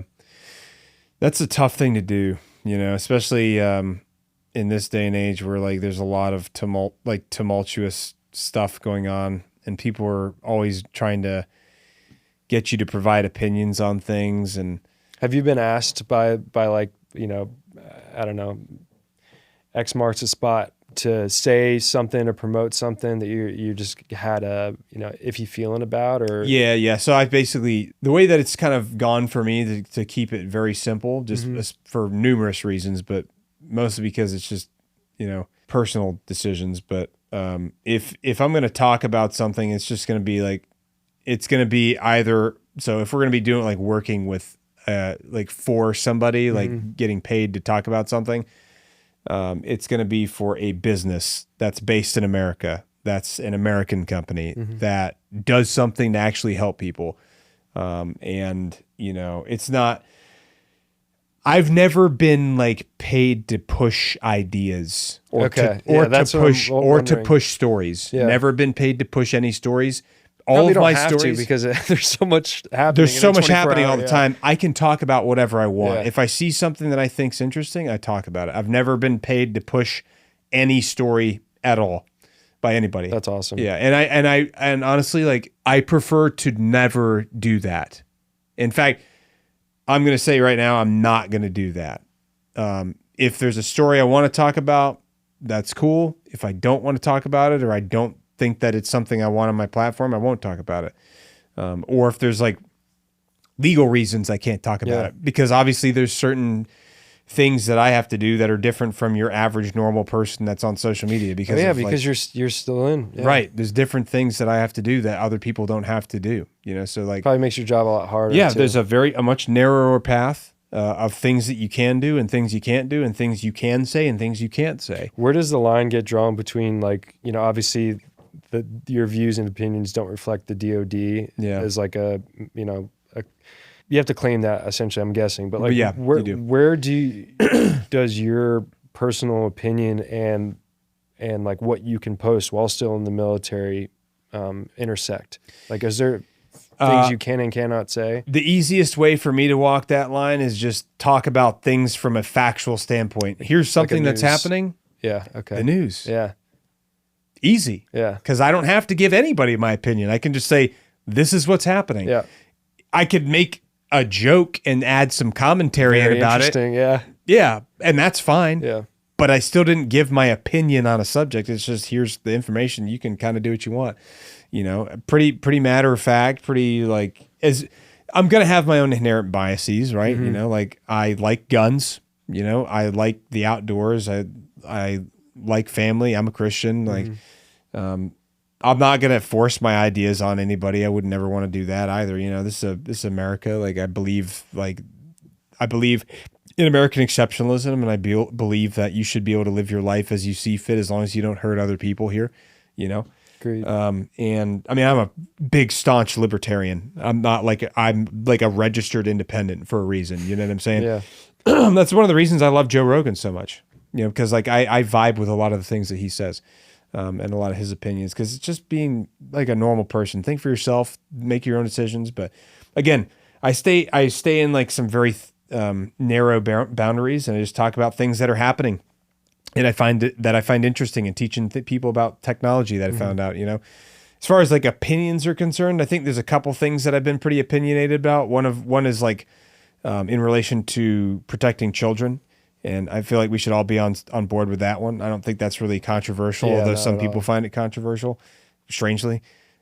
Sketchy. Yeah, it's sketchy. Yeah, I don't trust that. But there's a couple other things. Like I think, like, I love this country. It's given me everything. It's given a lot of people everything, you know, and I'll never not be grateful for this country, and I'll never view the country as this evil colonizing menace to the world, or I'll never view it like that, because like people have been, there's a reason that millions of people are trying to come here, is to have a better life. And I want, and that's the purpose of making a place like this, is so they can have a better life.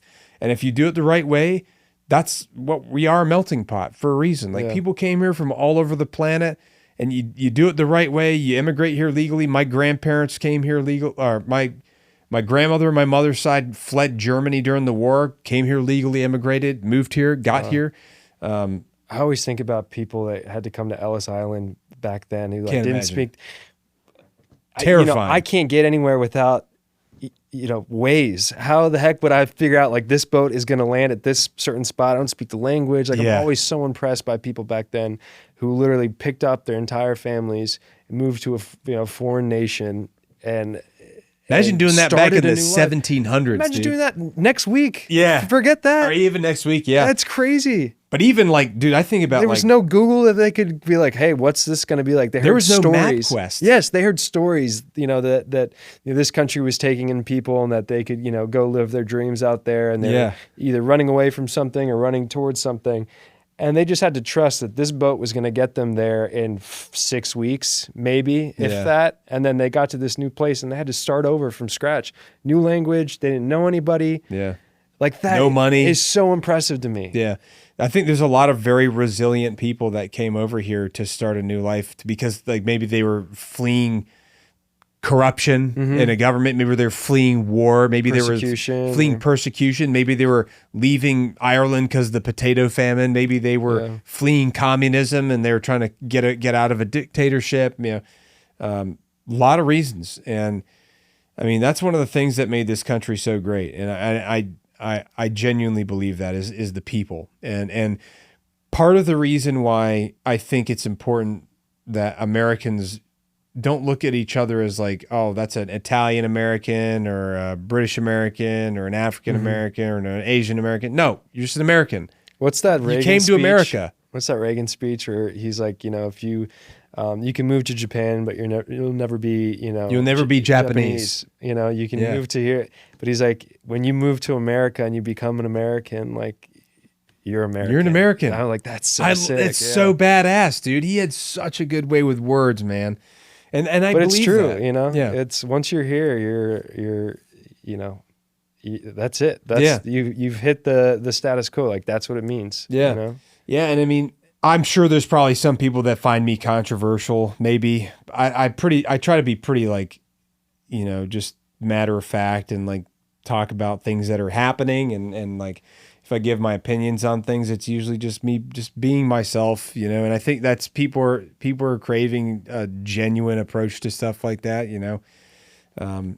and again, in this world where like AI is doing the things it's doing and there's a bunch of slop on the internet, I think people are going to start to develop a bigger and bigger taste for authenticity and for genuine interaction and for something real.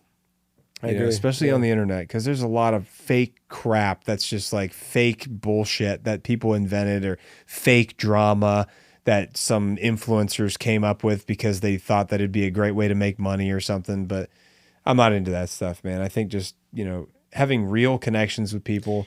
There's going to be a big step back to normalcy and like you said, craving authenticity. And I think it's going to happen in a lot of different areas. I think people are going to spend more time outdoors. I think, concerts are going to become more and more prevalent, meetups, book clubs and, run clubs, like to get people in person together. Because we're losing so much across the screen, a lot gets lost in translation, and the further apart you are from people, the more they seem, different and they, like they could even be the enemy, and that's how a lot of othered, which is not good. No, and the minute you stop, communicating with people that are different than you is the minute you start destroying your sense of humanity. And I think there's going to be a big push back in the next 10 years of getting together in person with people, having great experiences, great conversations. And I think that's the way we heal as a country and get back on the right track. Yeah.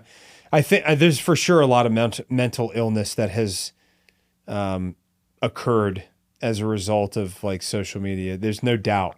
There's no doubt in my mind. Dude, I feel my own like short-term memory, my recall has definitely gotten worse than Mine too. 5 years ago. Yeah. It's one thing that's really bothered me. I'm like, it's not just your time, it's also like your recollection, your recall, your ability to focus on things. That's what scares me personally, like just from an actor, standpoint, is being able to really focus on things for extended periods of time and learn new dialogue. And when I started really thinking about, my mental clarity and not being affected, that's when I was like, okay, I gotta like get rid of this or like cut the screen time down. Yeah. When it starts to affect the things you care about, that's when people usually make the changes. Yeah. I think that's, well, you know what's funny? Pain. Well, so I guess if you want to call that pain, you could call it pain, but like pain is a big motivator. And like when you start to become like little, like, just uncomfortable, you can sense that just like when you're starting to lose a semblance of happiness, or you're heading in the wrong direction, you can feel it. And you're like, I need to do something different. There's something wrong. Yeah. And I can't keep going like this. And that's like self-preservation almost is what it comes out to be. But I wanted to ask you worked with Liam Neeson. Mm-hmm. Yeah. What was he like? He's awesome, man. Was he's he? like, he's like Is he like dad? He's like, dad or grandpa, 100%. Dude, but he's that's also so badass. His voice is, the moment you hear it, because I heard him before I like actually saw him around the corner. I heard him talking to our director, Mark. And I was like, holy shit. Like, that's Neeson, That's Neeson. See, it's cool that you get hyped up about guys too, man. It's like I have such a cool job. I think I have a really cool job and I get to meet the coolest people. Yeah. People that I grew up watching, and I don't get like starstruck, but I get excited. I'm like, that's like, there's a little piece of like the kid in you that gets healed every time you meet someone that you grew up watching. Like, a line gets connected, and he's just awesome. He's been working his butt off year after year. And we had a bunch of different, like pretty active fight scenes, and he was just giving it to me. Like he forget his age, man. He still got it. It made me nervous a couple times when he didn't pull his punch. Yo, time out.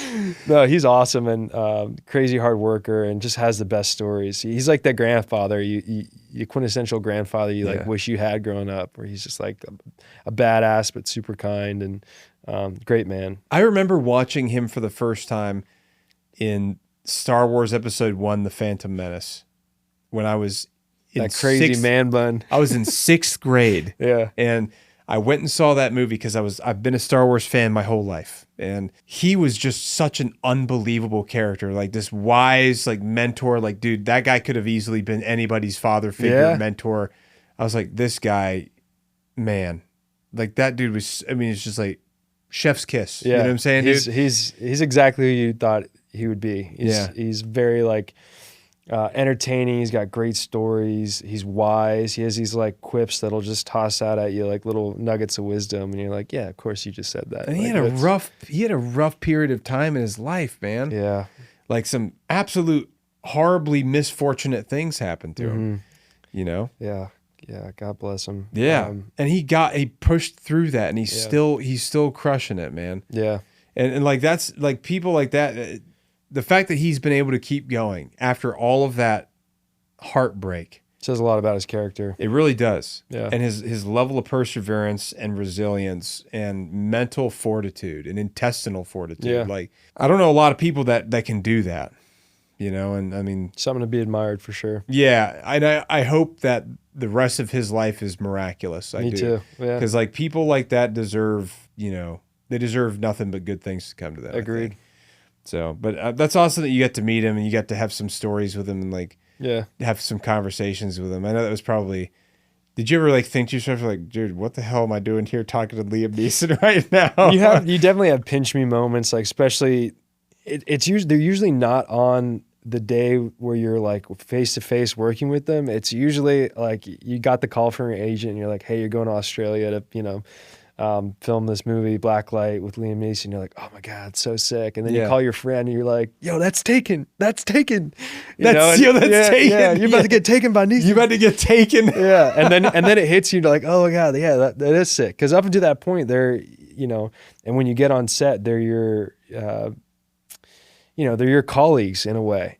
Yeah. It's not usually until someone else reminds you, like, hey, that's so-and-so, and like, you used to watch him growing up, or you used to watch her growing up. Like, how cool is that you go, oh yeah, this is like insane that I get to do this and tell stories with these people. It's awesome. It's usually one of my friends, like my best bud, Ian, will freak out for me, and it'll get me hyped. I'm like, that's right, that is pretty cool. Like, let's go. You know? Who's the most famous person you've ever met, you think? Oh man. You see people like, at events and parties and whatnot, pretty much anybody you can imagine. But as far as like people that I've gotten a chance to work with, I did an HBO series with Amy Adams, and she was absolutely phenomenal. Amy Adams? Yeah, Amy Adams. Okay. She's absolutely phenomenal, and I've gotten to work with some really great people that are very much like A-list actors. I don't know. It's weird because I don't look at typically people like, their level of fame. There's a cool factor to some people that I've gotten to work with for sure. But yeah, I guess that makes sense. I think a better way to say is like who's like somebody that you think would be like the most well known that you like has done the most films. Like, guys my age, probably from Warfare, would be like Joseph Quinn. He was just in the new Gladiator, Fantastic Four. Yeah, Joseph Quinn. Okay. Will Poulter is another great guy. Noah Centineo. I mean, it was kind of the who's who of guys my age that were in Warfare, and guys I'd see at auditions or meetings or watch them on a movie or TV show the night prior. Yeah, and some of those dudes are freaking really popular. Yeah.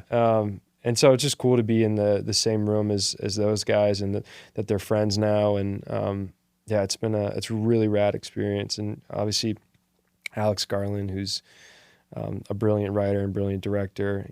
He did Civil War recently. I don't know if you ever got to see that. I feel like you'd enjoy that. Civil War. For A24. It's about the war reporters that are following the Civil War that's happening in the United States. Oh, yeah. No, that was with the guy from Parks and Rec was playing the president in that. Yeah. Yeah, that was Ron like the Swanson. One where the guy's like, what kind of American are you? Yeah. Jesse Plemons is so great in Jesse Plemons. Yeah. Have you ever met him before? I haven't met him. He'd be another interesting one. The first time I saw him was in Breaking Bad. Mm-hmm. That was the first time I ever saw him. And then he was in Battleship, and then he was in like everything.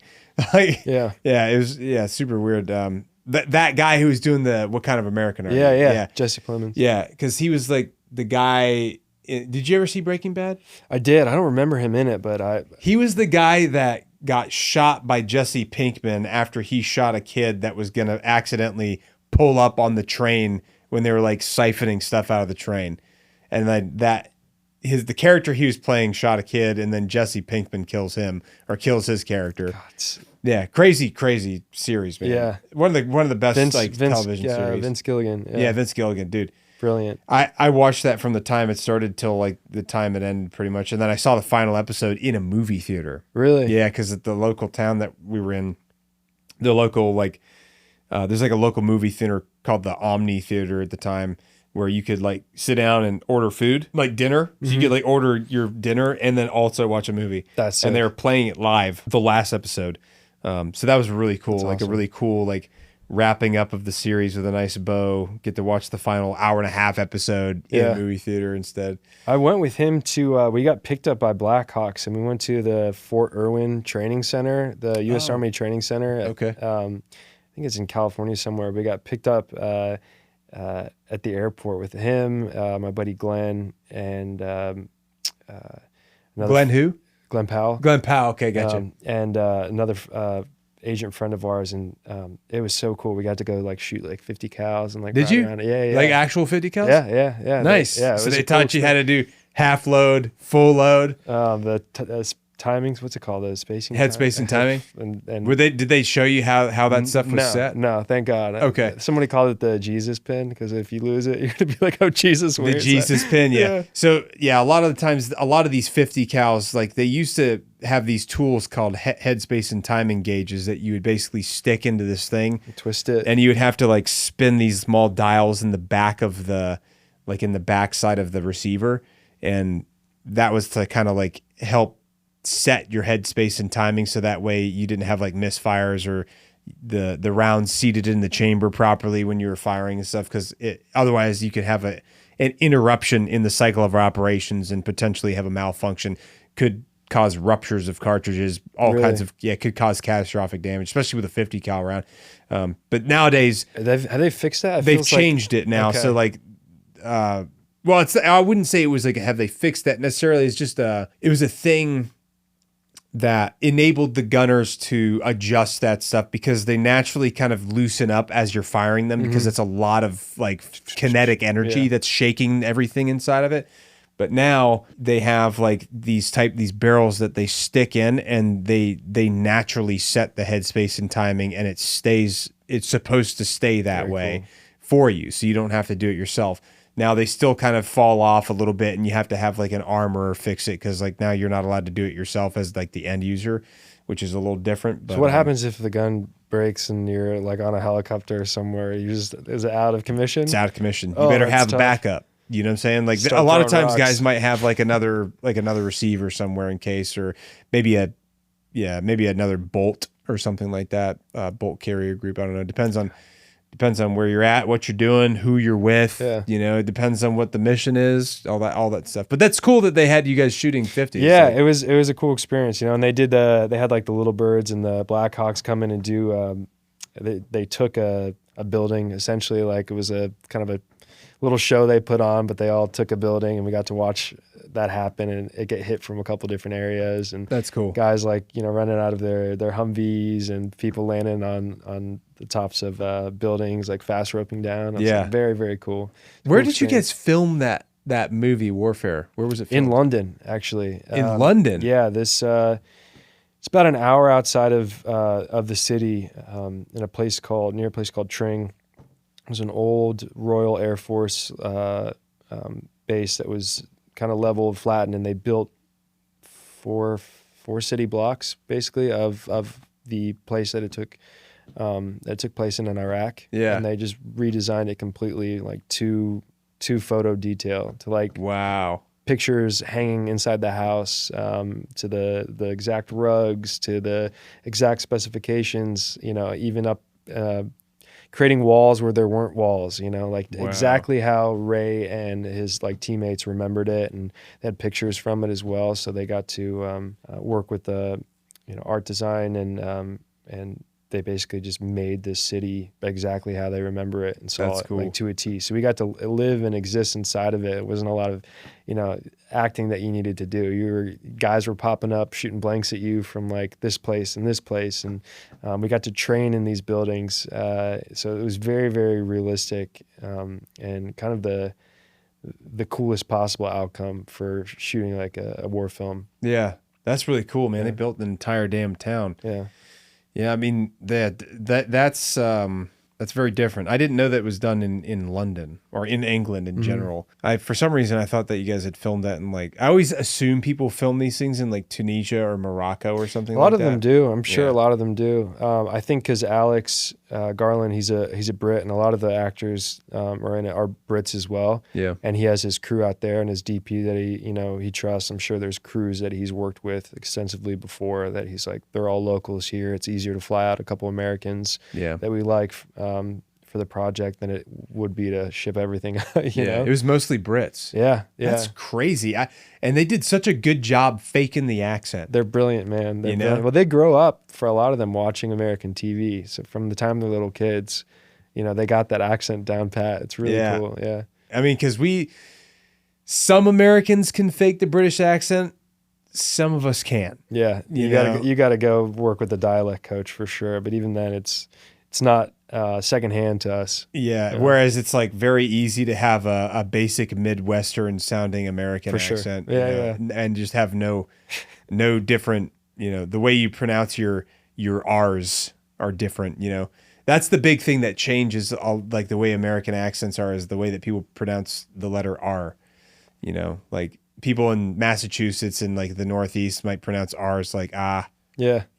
But people in like the center of the country might pronounce it like R. Short R, yeah. Maybe there's other places that pronounce it even differently, but there's great dialect coaches though that you usually have for a project if you have to do some sort of like accent or dialect, that they're brilliant. That's like all they do is fine tune the way you speak and the way words sound coming out of your mouth, and like you could spend a whole week on just an R. Just really, yeah. And typically, if you do have an accent, there'll be a dialect coach on set, like to help you through your lines, like day of, day before, just to prep and get you ready for it, so you don't take people out of the experience by them going, his accent sounds weird. He's not this guy, or she's not this girl. It's not believable. Yeah, exactly. Because the last thing you want is for somebody to all of a sudden be taken out of the story or the illusion and start questioning, like, why is he wearing that shirt? Or like, that's the worst thing you want, like you start looking at the wallpaper in the back of the scene. It's probably a bad idea. Yeah. Did you ever have to speak with an accent for anything before? I did, for Where the Crawdads Sing. Really? Yeah. It's from Asheville, Greenville, like the very specific mountain, Rocky Pilot mountain dialect of like North Carolina. It's some very specific town where they heard a voice recording for someone that lived there and made us memorize that specific person's accent, because that was the closest they could get to what was represented in the book. Where was it supposed to take place? We filmed it in New Orleans, but it was supposed to take place in the Carolinas. Okay. Yeah. But you filmed in New Orleans? In New Orleans, yeah. It's funny. My wife lived in New Orleans for a few years. It's a great place, man. Yeah. Well, that's where I got this whole sleeve tattoo. That's right. Because she was stationed there for a little while, and so that's how I got linked up with the tattoo artist. But I actually lived in Asheville, North Carolina. Really? For about 7 years. The film takes place in one of the places is Greenville. Okay, Greenville. Yeah, that's like where Mr. Beast lives. Oh, really? Yeah. Surprise! He's like has his own like neighborhood there. He owns the whole neighborhood and stuff. It's weird. we spent a whole day on just how to like Greenville. It's like a VOL instead of VILL. Like Greenville. And they're like, no, Greenville. And I was like, okay. That was like the first lesson. That's where Eastern Carolina University is. Okay, nice. It's in Greenville. You can call it like I call it. So I've called it Greenville, but most people that are from North Carolina definitely call it Greenville. Yeah. Like Vol. Yeah, VOL. Yeah. Super weird, yeah. How did you and your wife meet? Were you guys like stationed social near media? Each other? Okay. Yeah, we met on Instagram. Nice. Yeah, I think were DMing each other, and then one day she asked me when I was in the car with a friend of mine why I never asked for her number, and I was like, I don't know, I didn't really think about it. Because I was at the time I was like doing the classic single guy thing where I'm not like locked down with anybody, and I'm like basically hanging out with a bunch of different people. Yeah. And Never she was doing the well. same. Yeah. I mean, everybody does that when you're young. You kind of like got your hands in a bunch of different cookie jars because you're crazy choice of words. You know what I mean? Yeah, it's got crazy choice of words, but that's kind of how it was, you know. And then eventually I realized that was, not as fulfilling as it just never is. It's like a bottomless pit of unfulfillment, and eventually you want to find, I mean, honestly, I look at it like this, dude. One woman is enough. For sure, yeah. Like more than enough. Sometimes, sometimes too much. Sometimes so it's like you have to. I think one is where you're supposed to be. So anyway, like it was like one of those things where it started off just kind of casual banter, and then we ended up kind of blossoming into something more. And is she in the military as well? You said she's she's in the Coast Guard. Cool. Yeah, so cool. DHS, but still Coast Guard's part of the military. So they it may not be part of the Pentagon, but it's still considered a department of the military. It feels that way when you see those videos of them doing the semi-submersible raids. You're like, oh my God. Yeah, the dudes. Yeah, the Coasties are badass. They've been crushing it, dude. Those high speed dudes that have been like doing, like the guys that jumped on the submarine. That's what I'm talking about. It's so nice. Open up. You're like, oh man. Yeah, they're killing it out there, dude. They're doing a really good job. They've been crushing it. I mean, they've been busting their ass for such a long time and doing it in a very professional way. Yeah. and it is a hard job, and they need people super bad, and they're always hurting for people because it's like just the rescue swimmers alone is such a very specific, scary job that few people I feel like are called to do that. Yeah. And I don't think there's enough of those people in the world whatsoever. But I think about that job. I'm like, no glory, only glory you get is like if you save someone and it's from them and internally knowing that you did a good job. Other than that, they're not making movies about, They need to make movies about rescue swimmers. It's such a crazy job to go jump in an ocean somewhere and 15-foot waves. You know what I hope they do is I hope that they make a movie about Scott Ruskin. Tell me about Scott Ruskin. Scott Ruskin is a guy who saved I think he saved dozens of kids in the floods in Texas this past year. I think there was a photo I saw of him hanging from a helicopter, right? Yeah, so saves 165 people. It was his first time doing any sort of rescue mission, right? He was a young guy. So it's like there's different things. Some people, 165 kids. Yeah, he went crazy all over the internet for a while. But it was his first. He was brand new, right? And he was like 23 or 24. Pretty young guy. And he had never gone on and done any sort of mission. This was his first time out in the field, and he had to rescue. Yeah, I mean, I've met him a couple times. Really cool guy. His story, I think, would be really valuable. I'd love to interview him and his whole team. Because obviously, and he credits his team as being. You got a pilot, you got your guy that's hoisting you up and down, and because he was 26 years old, new to the Coast Guard, had left a previous career as an accountant before enlisting. Badass. Had graduated from rescue swimming school around 6 months ago, and his team got the call from Task Force 1 to do a local search and rescue in Texas early Friday morning. Yeah, so this is like in Kerr County, Texas, the Guadalupe River had surged to nearly 30 feet from its normal 3 feet. So it was insane. There's a lot of unfortunate deaths as a result of that. But yeah, I would love to interview him and his whole crew. I've expressed that to him at some point. I'm sure that he's probably got a million other people that he would rather do an interview with. But I mean, if he ever is interested, for sure, I'd want to. It's 6 months out of training, and you're like, hey, this is your job today. Yeah. And all these people's lives are in you and your team's hands. It's such a... Yeah. I can't imagine that. Yeah, that would be very, the pressure of that would be extremely high because there's children at risk and stuff.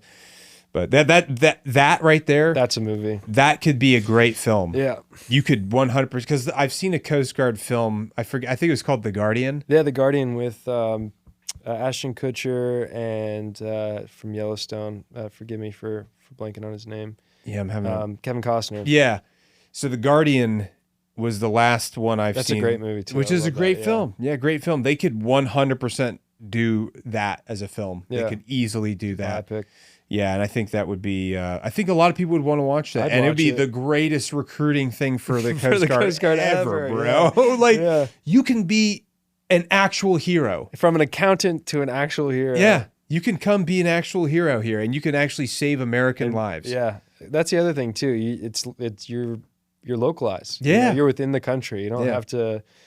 Go overseas to make an impact. You can do it right here at home, which I think is really cool. Yeah, awesome. I think that's one of the things that made being in the Marine Corps infantry so difficult because a lot of us joined because we wanted to make a difference. Mm-hmm. We wanted to do something that meant something to somebody, that had an impact on people, that took care of people, that helped people. And the Marines do get to do a lot of humanitarian aid missions, so you do get a lot of that, right? But helping Americans, like the Coast Guard, they do so much stuff to help Americans. The rescue swimmers, they're saving people from their boats capsizing all the time. FEMA, when there's a natural disaster. Yeah, dude, so many things. Hikers getting caught on the side of cliffs. Yeah, dude. Kayakers, boaters, we're dumb on the water. We have handicaps. Yeah. We have to work on it. But there's the Coast Guard does a lot to help Americans, which that would be really cool. That'd be a rewarding experience for somebody that wants to genuinely better their community, for sure, and help their community. So I hope they make a movie about that at some point, just because that story is unbelievable. And I hope that they pick the right people for it. I don't know who they would pick, who they'd cast for it. It'd have to be somebody with a good mustache or somebody that's able to grow a good mustache. Yeah, he's got a pretty thick mustache. Nice. Of course he does. He's a man. Yeah. I don't know if he always had one, but he had a thick one when I first met him. I think he still does, but anyway, so that would be I think a great movie. But let me see. I know there's a couple. There's something I wanted to ask you specifically. Oh yeah, so you filmed the movie in the UK. Mm-hmm. How long were you there for? Like filming? About 3 months. We had 3.5 weeks of prep where we were able to, train essentially with some of the other military advisors, with Ray, where we got to do like, weapons manipulation, safety training, all that stuff, like physical fitness, and then comms. We had a great guy named Brian, who's a SWIC boat guy, who was speaking to everyone that was on comms, like during the scene. Really? So that way you had somebody you were talking to. Yeah, if you were calling in like, air support, like you were talking to him he was in a booth a half a mile away or quarter mile away and was feeding you real-time updates. So that the realism that they put into this and making people feel immersed that you'll never see like as an audience member was incredible. Like the attention to detail that they had. We used real blanks. And so like if you ran out in the middle of a take, you better, or if you had a stoppage, you better fix that stoppage in the middle of the take. Cause we're doing these long, 7-8 minute takes to help the audience feel a little bit more immersed. We had to be able to work through all sorts of things. How did they? So normally for blanks, when you're firing blanks with weapons, you have what's called a blank firing adapter on your rifle. Did you guys have to have something like that on there? Yeah. And those, especially in the UK and Europe, those guns are like highly regulated. Yeah. Even the blanks, because I think some of them I'm pretty sure some of them can be manipulated to fire real, live ammo. Yeah. Especially in the UK, their gun laws are much, much different. Yeah. But I'm so glad that we got to use blanks and not some like airsoft thing. Because first of all, the reaction to like the concussive blast of like a 240 going off right next to you, it's real. And there's a couple 240s with blanks, that's still loud. Or Mark 48 just going right next to you. That's the concussive legit. Blast. Yeah. It sells the experience. And also the sound, when they record the sound, you can fix it in post, but like in heat, the reason why that sounds so brilliant is because those are real blanks bouncing off super close walls in downtown LA. I mean, we were super like shooting indoors, Mark 48, like when Kit Connor opens up into the, it was loud. The pink curtains. It was loud then. Yeah. It was loud in the movie, but that's the point. It's supposed to overwhelm your senses. And I'm so grateful that, we had the best safety guys and a willingness from Alex and Ray to take a chance and let us use blanks and trust us with them. Cause people have died, Yeah. If you do it the wrong way or you're not sure what you're doing. Yeah. Yeah. You get something stuck in your barrel, all of a sudden that becomes a projectile, or you get too close to someone. It's super dangerous. So I'm glad that they, trusted us enough to let us do that. And plus it looks more realistic because you react more when you're like the round goes off in the chamber, like you have rounds ejecting, but also to see the impact on your shoulder, the recoil, like your face jiggles when you go full auto on, on a Mark 48. You can't do that with, that's going to be expensive budget. Yeah, to try to figure out, post-production, like what CGI, what are you going to do? Good luck with that. Yeah, I think that they did it right. Yeah. They did it right. I think, and it, like, honestly, I'm probably gonna have to rewatch it now because I haven't seen it. I only saw it that one time in movie theaters, and I was like, dude, that was unbelievable. So I'm probably gonna have to, like, when I go home, please rewatch do. it, or maybe it's worth a rewatch. Maybe it's I'm sure I can find it somewhere. So I definitely need to. But so how long did you say you were there for filming for the entirety? 3 months. It was only 3 months. Yeah. I mean, they move pretty quick. You're kind of working 6-day weeks at that point. Sometimes it's 5-day weeks, but a lot of the times they have to, push the schedule through in 12 to 14-hour days, and you're just go. Okay. For the 12 to 14-hour days. Yeah. Oh, wow. Yeah. You're there to work. You're there to work, so you're working. Yeah. Exactly. Okay. Well, that's good though, because then you're getting it done. You're not just like, and you're in it the whole time. There's not, I personally love being on set, and I love being surrounded by other actors and staying in that headspace. Yeah. It is hard if you're working, Monday through Friday or Monday through Saturday, and then all of a sudden, there's a 2 or 3 day break in between that and the next time you're on set. Yeah. You can kind of lose that mentality that they've ingrained into you. So that it's better sense. to, and the guys that I got to work with are so awesome. We became such a tight knit group of friends that nobody wanted to spend any time apart. We like ate dinner, lunch, breakfast together. We go on, quick little day trips as a unit. We all got tattoos together. Did you? Yeah, we all got Call on Me, which is that song that plays at the beginning. No kidding. We were all Call on Me tattooed Dude, on our legs. Yeah. That song, what's funny is the first time I ever heard that song was because one of my section leaders told us about how popular it was when he was in Iraq. Yeah, they used to watch it, and that's why the movie starts out with us watching the music video. All of us loved that, by the way. That first scene when they're dancing and shit. Get you going. I'm telling everybody I know in the whole Marine Corps loved that. Awesome. Loved it. That's because awesome. that's exactly how Marines would have been acting for that. Like they would have been just dancing around right before they're about to go to some serious blowing off combat some steam, yeah, blowing off some steam. Dude, that was like absolutely peak movie, dude. That's Ray. That's Ray and Alex. That was such an awesome scene. That was I'm glad they did that one, man. That's cool. That's awesome that you were able to be part of something so special. Such a blessing, man. And hopefully there's definitely more to come. I'd love to work with Ray and Alex again and all those guys.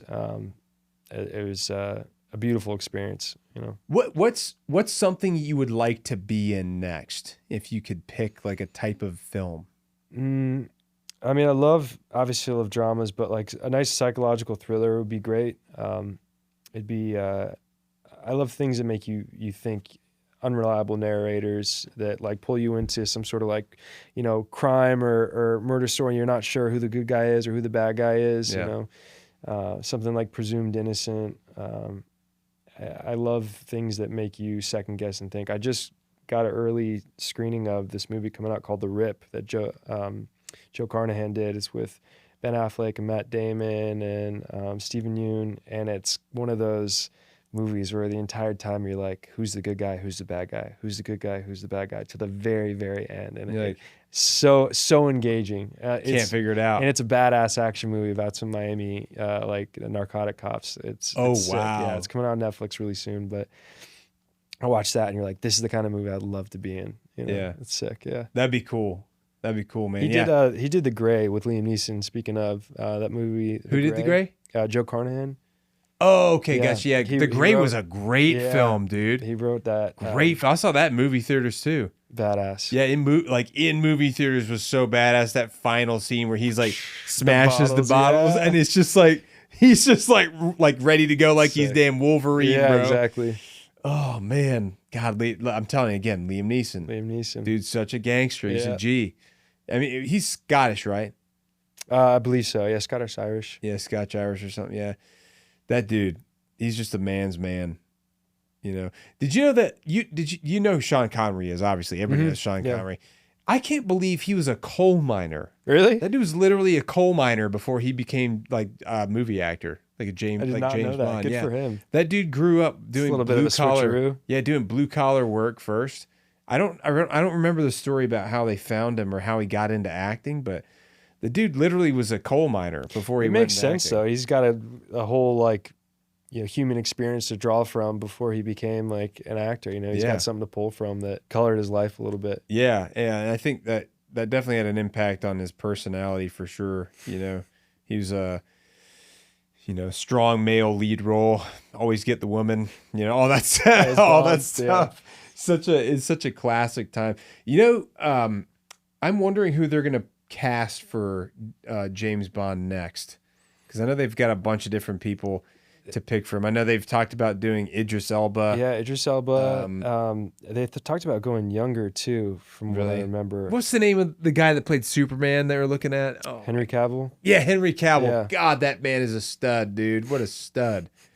Freaking the most, like, what a handsome dude, dude. It's another Rudy. That's another Rudy. He's just like, God, he's just yoked. And I think he's actually filming a Warhammer movie. Oh, very cool. I'm pretty sure, because I've been hearing stories about that, which I played the Warhammer video game too. So I was like kind of looking forward to that, but we'll see. See if it comes out. He's apparently a Warhammer fan. Nice. So, which that would make it that much better because you got somebody that actually likes the game, or actually likes the board game stuff for it, or the tabletop game stuff. So, and he's like actually got like he's been to the store for it, and I think there's a store in England. So he's not just talking the talk. Yeah, he's like legit. Like he's a fan. He's a fan of Nice. this of the whole game in general. So from the Games Workshop or everything like that. But well, I think you're gonna more than like. How long you been doing this for now? 12 years. 12 years. Yeah, I started when I was 18. What's the average like life expectancy? Well, what's the average amount of time do you think that most people it takes before they start to like average start to overnight catch on? Success is 10 years in Hollywood. 10 years? Yeah, average overnight success is about 10 years. At least that's what I've been told. And in that meantime, you get your hours. You start logging your hours of like projects worked on, characters developed. Every time I go on audition, I treat it like a chance to work. Yeah. I don't treat it like a test. These casting directors aren't, the knights blocking the door trying to, stop me from coming in. They want you to come in and do the best possible job because you get to solve a problem for them because they need to cast this part in this role. And every time I go in, I get to work.